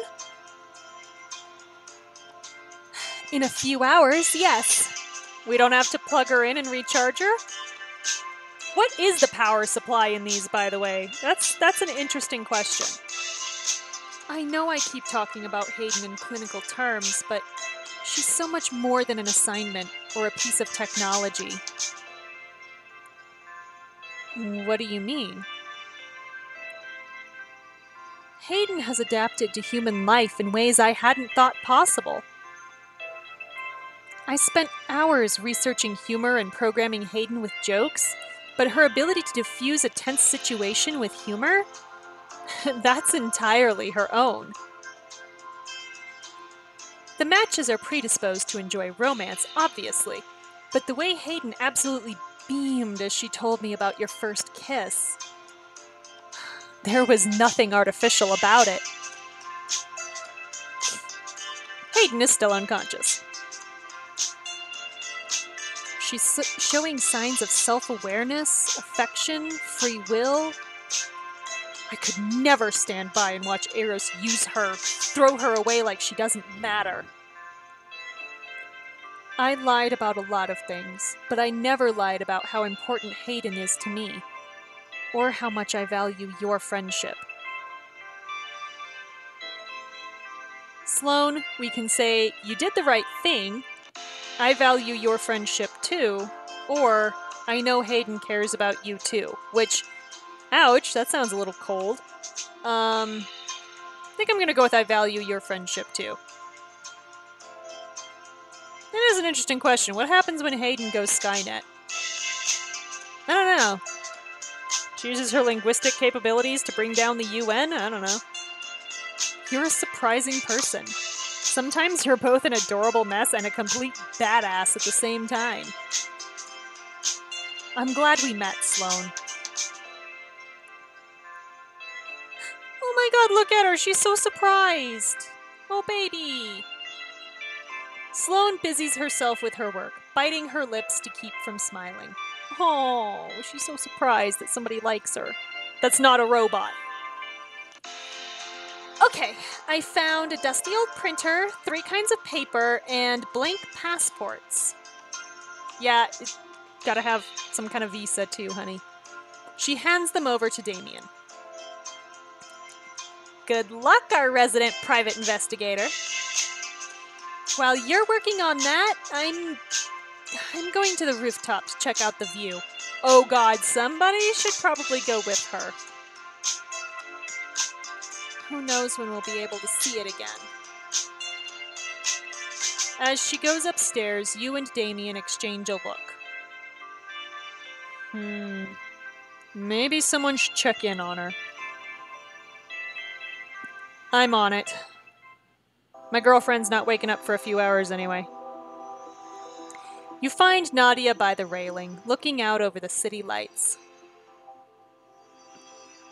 Hey, Nadia. What's on your mind? What a mess. Everything with Eros and Gary. Not to mention Steve's gone, if he was ever really here. I wish we could just go home. I can't go on the run as part of some international intrigue. I'm not that kind of person. I guess you are now. But you could be. We need secret identities. You can go undercover as the kind of person who is totally cool with us with this situation. Wow. Wow, okay. This sounds like we're being her therapist. Take a drink.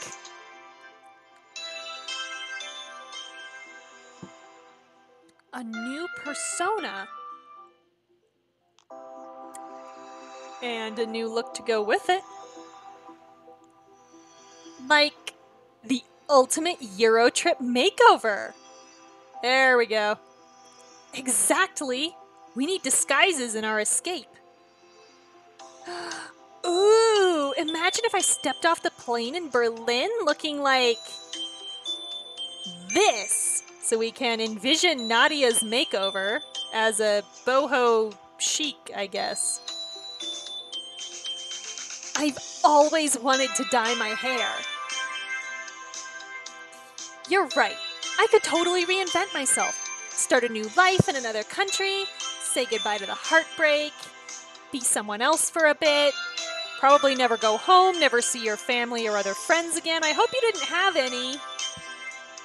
God. I saw a bubble tea place on the way here. We could grab my favorite drink and get some new clothes. I hope you carry cash.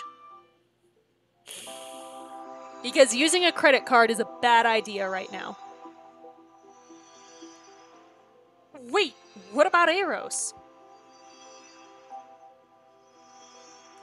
We can be quick and dash into the stores. We deserve to enjoy ourselves before we say goodbye to New York. Going out for shopping and bubble tea will unlock a new outfit for Nadia, as well as extra scenes in future chapters. How much are you going to charge me for this? It's only 15 diamonds to give Nadia a makeover? Alright, let's do it. I was expecting like 25. Yes! Again, I hope you're all using cash. You walk to the tea shop, where Nadia gets a pink drink with cutesy jelly hearts in her tea. After taking a sip, she's visibly less stressed. I'd like to point out they probably don't actually mean bubble tea, they probably mean boba tea. Really don't think they mean bubble tea. Yes, back where I belong. Thank you for convincing Sloane and Damien to let us come here. We needed a break from all the running for our lives. Your name is called, hopefully not the name that I actually gave you, and you grab your seat and head over to a seat grab your drink and head over to a seat in the corner. Yeah, this is boba tea. This isn't bubble tea. I'm pretty sure. Pretty sure it's not called bubble tea. Take a sip. Somebody's drinking in the game. Take a drink. Yes, I know it's not alcohol, but one can dream. Oh, wow, this is good. And totally not laced with tranquilizers. Do you remember when we always used to get bubble tea before going to check out the art at MoMA? That was the best. Yeah, you always managed to extract some meaning from a blank canvas with a frame around it. Frame choices are very nuanced. I don't think it's called bubble tea. I think it's called boba tea. At least in the US. I don't drink it, because I really don't go near caffeine. So, I'm pretty sure it's not called bubble tea here, so... You both laugh, but then a silence falls over the table. I guess we won't be able to go back to MoMA for a while. I don't even know if they actually say MoMA, or if this is, like, if you would actually say, Metropolitan Museum of Modern Art, out. I don't know. Nadia reaches across the table and rubs your hand comfortingly.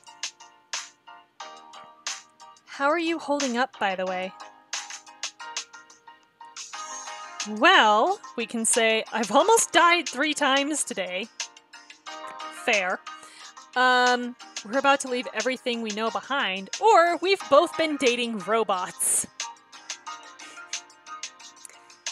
Honestly, the bigger issue here is we're about to leave everything we know behind. Not everything. We still have each other. Nadia, you're so sweet. Plus, Damien and Sloane have our backs. They'll keep us safe. I'm glad you're so optimistic. I have to say, it's pretty intense seeing their badassery live and in person. Right? So, what about you? How are you holding up? It's hard to think about Steve not being real. What if his feelings for me weren't real either? Nadia, we can say, of course Steve cared about you. I wonder the same thing about Hayden, or I'm real and I care about you. I mean...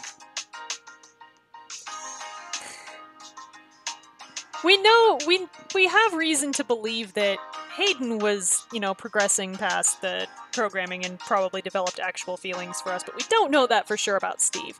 So, I think I'm gonna go with I'm real and I care about you. Stop thinking about Steve, Nadia. He's probably gone for good. Even though, if we could get him back, then we're breaking that other gal's heart, so there's really no winning with Steve. The thought of being on the run with you isn't cheering me up. Yeah. Even though everything else is a mess, know that I'm always here for you. We'll figure this out together. It's okay. I have hope. Maybe they have a backup of Steve somewhere. But no matter what, I should probably try to look forward. At least for now. Nadia sips her tea quietly, and you try and give her an encouraging smile. I think what you need now is shopping. Let's see what we can find. The store greets you with bright fluorescent lights and multicolored signs advertising sales throughout the store, which honestly looks like a hardware store. This isn't exactly a fashion boutique. It's better. See? The entrance sign says, "Welcome to Shop and Save. Penny-pinching prices on everything from lawnmowers to today's top fashions." Where else can you buy a riding lawnmower and a pair of heels in one trip? So this is how they're getting around the fact that this is not a boutique background. Okay. You're right. No fashion boutique I know offers samples of barbecue sauce. There you go. Way to look at the positive. 10 minutes later, you meet up at the register. Nadia holds up a box of hair dye, apparently oblivious to the fact that she's going to need to bleach her hair before she can dye it. You present the outfit you've chosen with a flourish, and she gasps. I can't believe you found something this nice here. I love it. It's not something I would normally wear, but it's so cute. That's the point. In this outfit, you could be anyone you want. You could be, say, a fashion designer, a deadly assassin, or a country pop singer. Honestly, if it's the same outfit that we saw, she could be a country pop singer. Howdy, y'all. Oh, wow. I'd like to thank my mama for buying me my first guitar. Without her, I wouldn't ever have been able to receive this award. I figure she's doing it very badly. So we helped Nadia reinvent herself. Hooray! I think it's perfect. Thanks, Kira. Picking a new identity is just the self-expression I needed. Everyone's gonna love the new you. Now, to take Eros by storm. By running away to Berlin. Obviously. When you arrive back at Damien's office, Nadia zips into the bathroom with her bags. After a long time trying to dye Nadia's long hair in Damien's tiny sink. Yeah, this is like probably hours. Are you guys ready? So behold the new Nadia. Her face glows with a sunny smile as she takes on a southern accent. Nice to meet ya. I'm Holly Carlton. This song is off my platinum album, Grass-Stained Blue Jeans. Oh my god. I didn't think she was actually going to do this. Nadia closes her eyes and strums an imaginary guitar. Oh god, no! Don't make me do this! Do you people realize how long it's been since I've heard this song? Okay, let's see if I can do it. He wears board shorts, I write reports. He's surf champion and I'm on the workforce. I think I just got that completely wrong. I would be sorry, except I'm not. I'm a little sorry. But only because you had to hear my singing. Oh my god. Do you like it? You'd better like it, Damien. Damien steps forward, eyes wide, and squeezes Nadia in a bear hug. I never understood why Kira calls you a precious cinnamon roll until this exact moment. Oh, Damien. Do you even know what a cinnamon roll is? A cinnamon roll is a very specific thing. Too pure for this world. Very, very soft person to whom very bad things happen for no reason. Nadia is very much a cinnamon roll. Stay behind me and let me do the talking, okay? Damien, you're squishing me. Damien releases Nadia and clears his throat. The documents are almost ready. We just need to take passport photos and figure out our airfare situation. Hopefully Hayden's waking up soon so that her passport photo can be, her awake. I've repaired the surface damage Hayden sustained. There's still work to do, but Hayden's ready to wake up now. All right. Perfect timing. She is? Yes, but she saw the open wound. The circuitry. I can't erase that without damaging her memory. I mean, she deserves to know what she is. And I don't think I'd want to. It's time for Hayden to know what she is. You and I should be the ones to tell her. Come on, Damien. Let's go see if the snack machine has anything good. You've got this, Kira. No matter what, she'll be glad to have you here. Thanks, you two. I'll text you when you should come back. Sloane steps to the couch and fiddles with her tools. A moment later, Hayden blinks her eyes open with a sharp gasp. What? Where am I? Sloane, where's Kira? I'm right here, Hayden. We're in Damien's office. Is everyone okay? Did we make it out? We're fine. Everyone's fine. You were the one we were worried about. You took a bad hit by one of Eros' tasers and it knocked you out. Do you remember that? I remember getting shot, looking down, and seeing... Hayden looks at her body, where her shirt is still torn, but underneath is smooth, unscarred skin. Huh. It must have been my imagination. I'm afraid it wasn't. You mean the blue lights? The wires? Hayden runs her hand tentatively over the tear in her shirt. I'm not human, am I, Kira?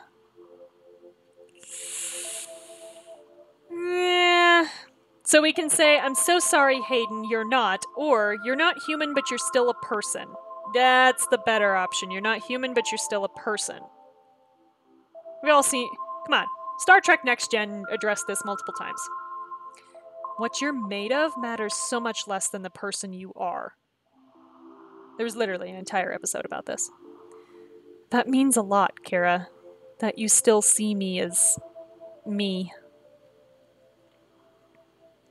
You're an android. Or a match, as we call them.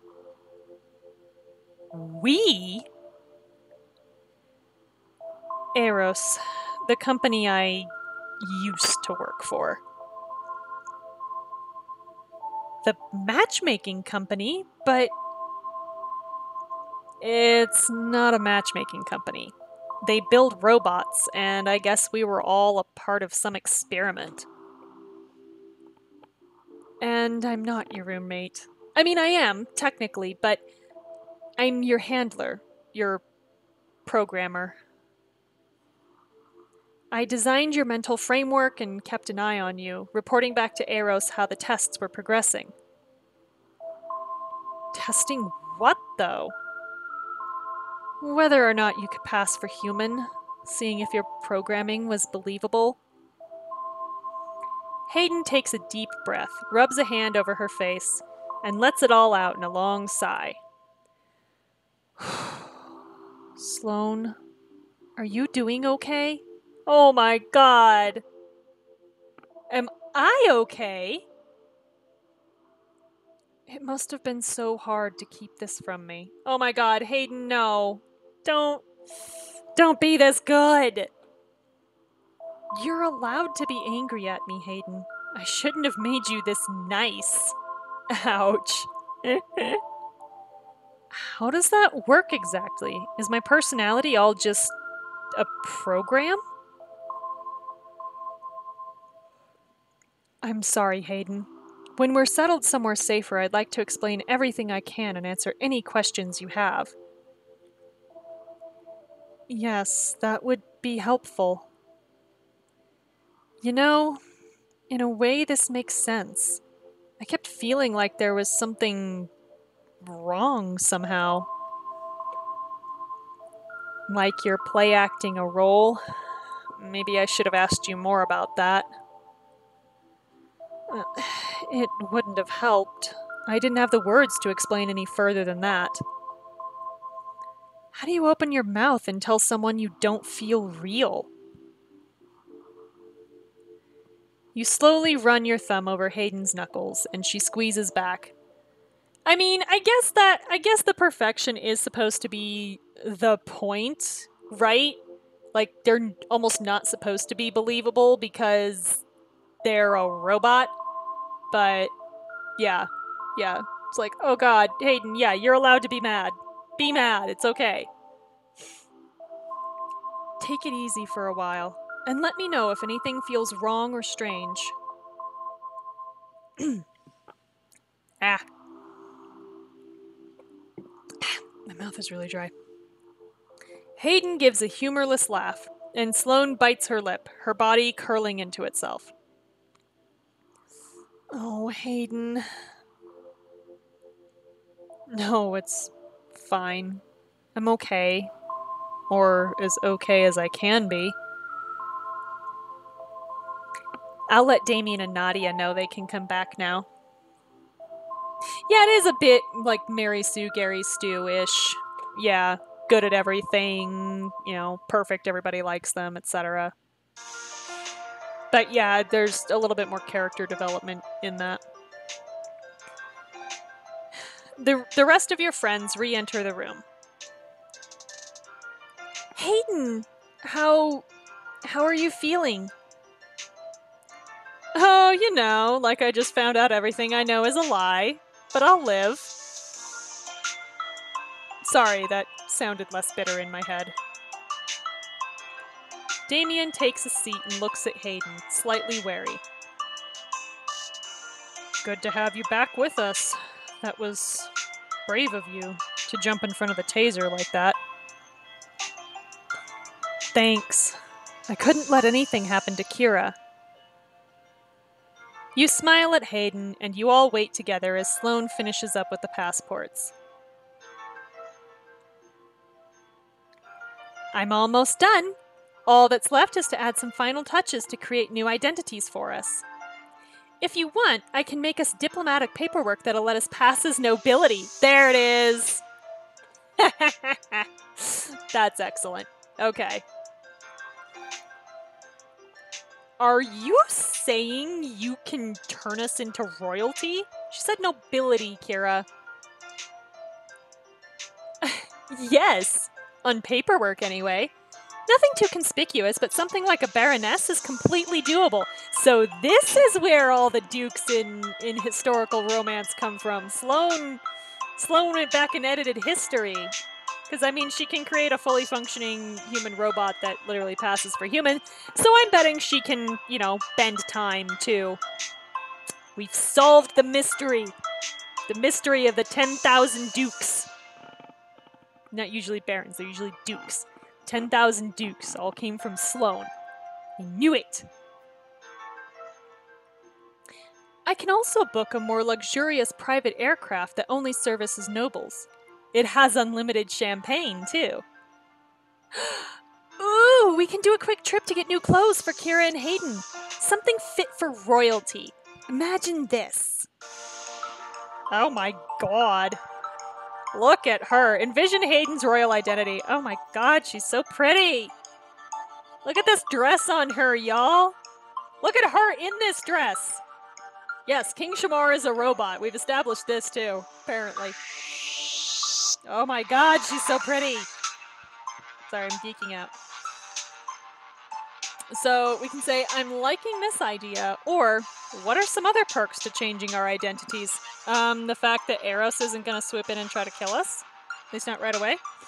But I guess I'll go, what are some other perks? Sloane has a point. You'll be more disguised when we go through security. And if we run into any guards, you might be less easily recognizable, too.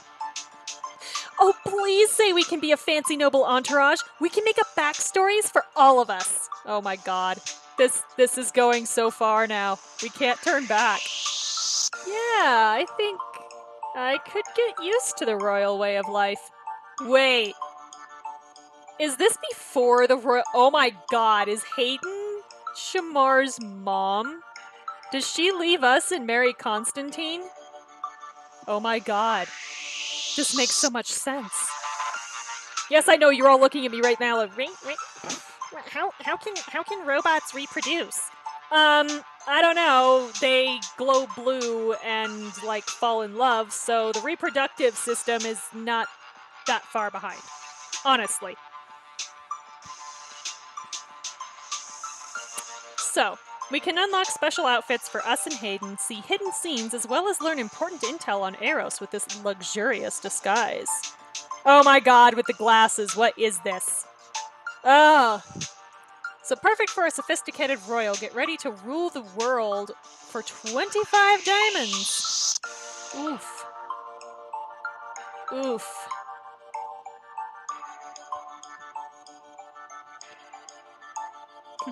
Or we just try to get away with, not having a secret identity.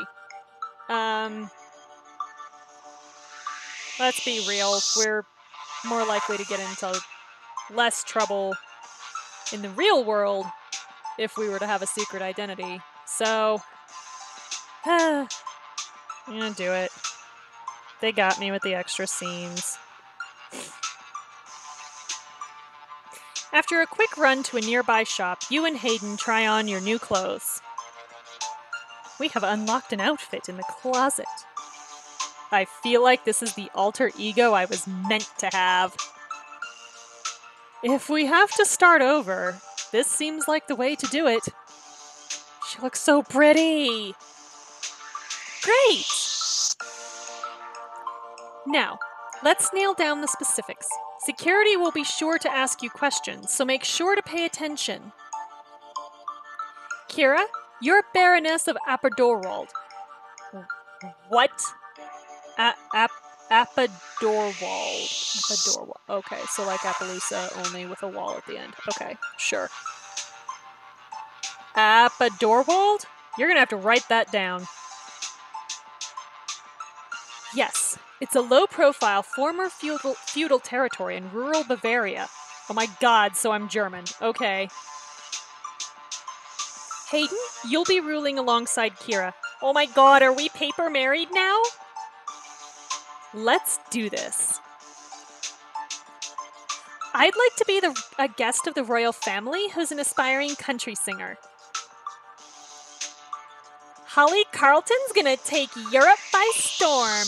Okay. I'll be an ambassador. We've recently concluded a meeting with the American ambassador concerning trade agreements. Oh my god, there's so much to keep track of. Fancy! Go Sloane! Ambassador, are you sure you feel that passionate about diplomacy and communication, Sloane? Well, you certainly don't, Damien, so somebody's got to take the role. I assure you, I love interacting with beings who are human. Oh my god. She's so precious. Right. Also, it was kind of a dick thing to say there, Damien. Take a drink. Which brings me to you, Damien. I can add you in as a valet. Oh yeah, make the brown guy the help. That's not awful. Okay. Valet? Why do I have to be the valet? Is this revenge for what I said? Yes. I think it's a great idea. Sloane knows what she's doing. Besides, anytime you want to know what's going on, you always ask the help. Well, maybe not maybe as long as I can say I drive a Maserati. I mean, you do, for me. You give Sloane some time to prepare the passports until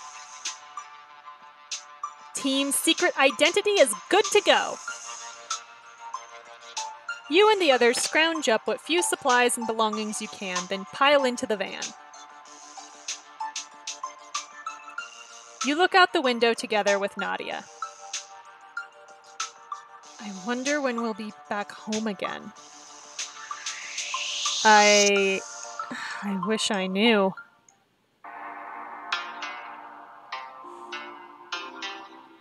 After hiding the van in a nearby abandoned alley, you arrive at JFK Airport and Sloane hands out all of your passports. I'm nervous. I feel like I'm sweating. Am I sweating? We'll pass through security okay, right? About that. How are we gonna get Hayden through the metal detector? Please tell me she gave us TSA pre-check so we don't have to go through the metal detector? At least I think TSA pre-check gets you out of the metal detector. Anyway, it gets us into a premium line, which at least makes things less obvious. Don't worry. We've built the new matches with a special polymer that won't trigger it. Okay, cool.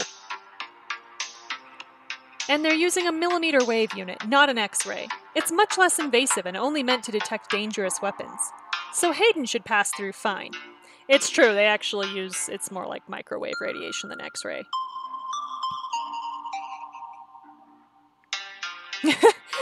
Hayden's just like, what? I see.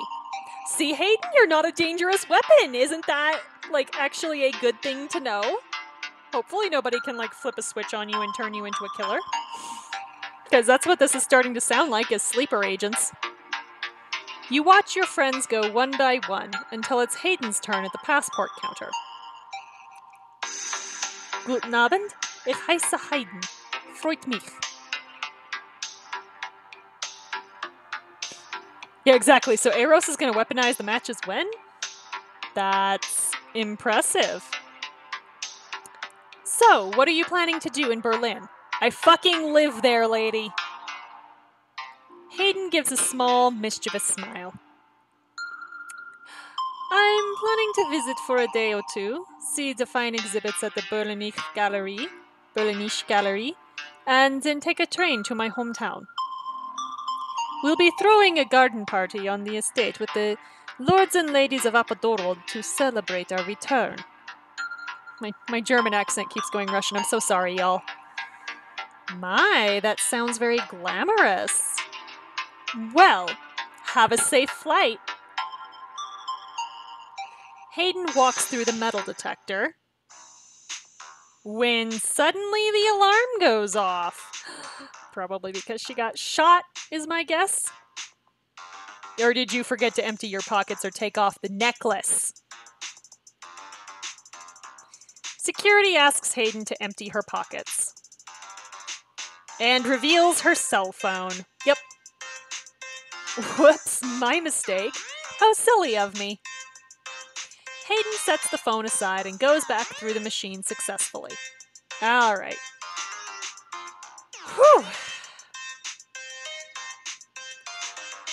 The airport agent gestures at you, and probably makes us take our sunglasses off.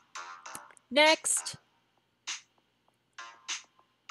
Good luck, Kira. Up a Dorwald. Okay. Passport, please.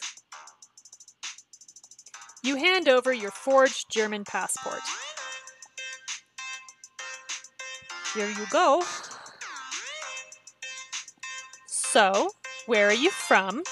I've only flown international once, but I do not recall this complete battery of questions at TSA. They do this at customs, but not at TSA. At TSA, they're just like, just go. Just get the fuck through. Like, Apodorwald. Apodorwald. Ah, yes. I've read about it in the tabloids. I've always wanted to vacation there. No, you just think you've heard of it because Hayden primed you. Our marzipan tarts are to die for. We serve it to the nobles in the neighboring estate every summer. I imagine our accent is not as good as Hayden's. Have a wonderful trip, Baroness. Alright, so we got through security safely. Yay! Thank you. You meet up with the rest of the group. We made it, everyone. That was nerve-wracking. I can't wait to stress eat endless amounts of packaged peanuts. This is an international flight. They better be giving us a meal at some point. Damien holds out an arm to stop you from getting on the moving walkway. Hold up. He points at two familiar faces standing near the gate, holding briefcases to pose as businessmen. Well, well, well, imagine who. It's the guards from Eros. The guards talk in furtive, hushed tones. Looks like they're talking about something important. Kira, with your new look, maybe you or Hayden can get closer than the rest of us. I vote not Hayden. I think she's had enough tasering for one day. Much appreciated. I'll be right back. You walk at the same pace as other travelers, using them as cover to go in the direction of the guards. We are way too savvy about this. Take a drink.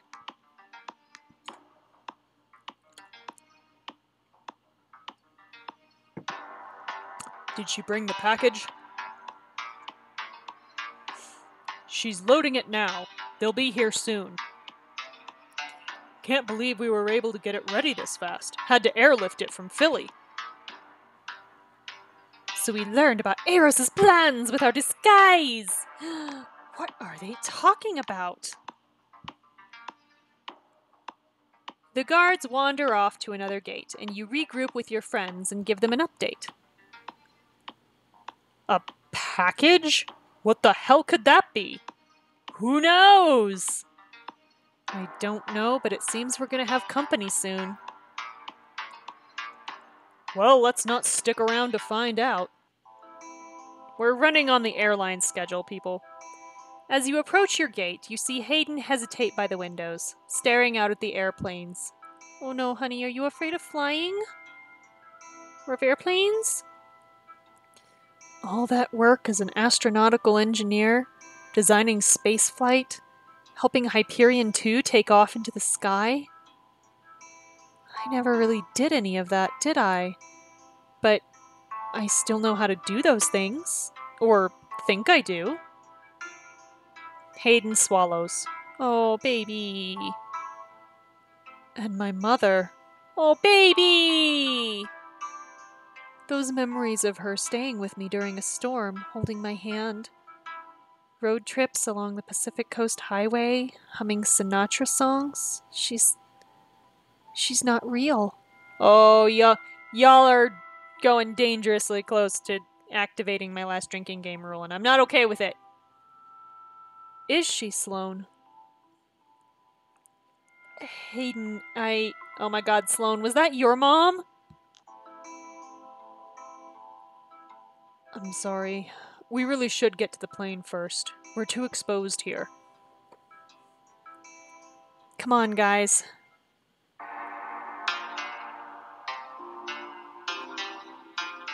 You all take a shuttle across the tarmac and climb up the steps into the plane. I forget that a lot of places actually do this and don't have jetways, because, like, the airport where I live, you never do this. So I'm like, people still do this? But yes, I know that they do. The flight attendant seals the doors.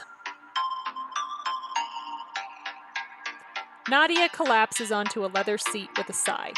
Also, I guess this is a private plane, so they don't usually use the jetway, probably. I don't know. Anyway. That thing I said about peanuts earlier? Let's change that to champagne. Oh my god, Nadia, you're gonna be so hungover. This almost makes everything that happened today worth it. I'm glad you like it. Sloane sighs and starts pacing. 1 Mississippi? 2 Mississippi? What are you doing? Counting the time till takeoff. Just a few more minutes. Hopefully we can... Hayden looks out a window and her eyes widen. A few minutes isn't going to be fast enough. What's wrong?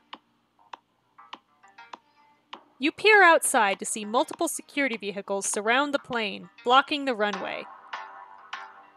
One red-haired figure exits a van, escorted by guards. Cool, it's Cecile. Awesome. Sloane's phone rings, and she almost drops it. Ah! Don't answer it. I'm sorry, I pressed the button. Well, push it again. Sloane turns on speakerphone. Hello, Sloane. Cecile. Imagine my surprise when I was told that one of our most brilliant handlers had taken off with invaluable company property. Hayden isn't property. And you don't value her. Not really. Why, of course I do. That's precisely why I'm here. Now, let's cut to the chase. I want the data you took, along with match number 109. She still has a serial number and is legally bound to us. Sounds like something that can be fixed. Hayden is not happy about this. If you're so inclined to need further motivation, we have you charged for breaking and entering, assault, and theft. We're here to take you in. The game is over. Now, let's be civilized about this. Exit the plane slowly with your hands in the air. I will not. We're gonna gun the engine, right? Hayden grabs the phone. How could you do this, Cecile? How could you lie to people like me? You hid this from us. Sloan, please tell Match 109 that it's hardly necessary for their kind to know. Not when they have people like us looking out for them. Wow. Eat the rich. The outside world is not as accepting as we are. Oh my God, the abuse. The abusive red flags happening right now, y'all. Whew. She's stalling. Can someone talk with the pilot to see what the holdup's about? On it. He rushes into the cockpit, and you move closer to the phone. Cecile, we can say, we'll take Eros down. I'll never let you take Hayden. Or, why are you even working with Eros? I mean, if she's stalling, I'm gonna let her stall. Why are you even working with Eros? Oh, hello, Kira Park. My favorite client, in fact. Oh, sure, now they give us a last name. Didn't put it on our file, but they can put it in the story. All right. It's what I've been telling you all along. I believe in Eros's mission. I've never lied to you about that. You just lied to us about the mission. Now, if I can't persuade you to come out of the plane, maybe there's someone else who can. She nods at the guards, who open up the nearest van door and carry a limp form in their arms. It's Steve? Okay. Steve? Are you okay? Tell me you're okay. He looks unconscious, Nadia. Don't think he's telling anybody anything. Steve must have been what they airlifted from Philly. Cecile places the phone to Steve's ear. Nadia? What's happening? I had a dream that I was someone else. I thought I lost you. That wasn't real, right? Shit. Steve. Cecile takes back the phone. Yeah, it's a trap, Nadia. Oh my God. It's so impressive, isn't it? The way they form attachments. You can see it in his eyes, how real it feels to him. Oh my God. Let him go!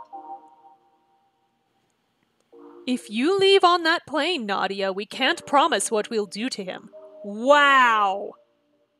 Wow! Oh my God. This is awful. These are awful people.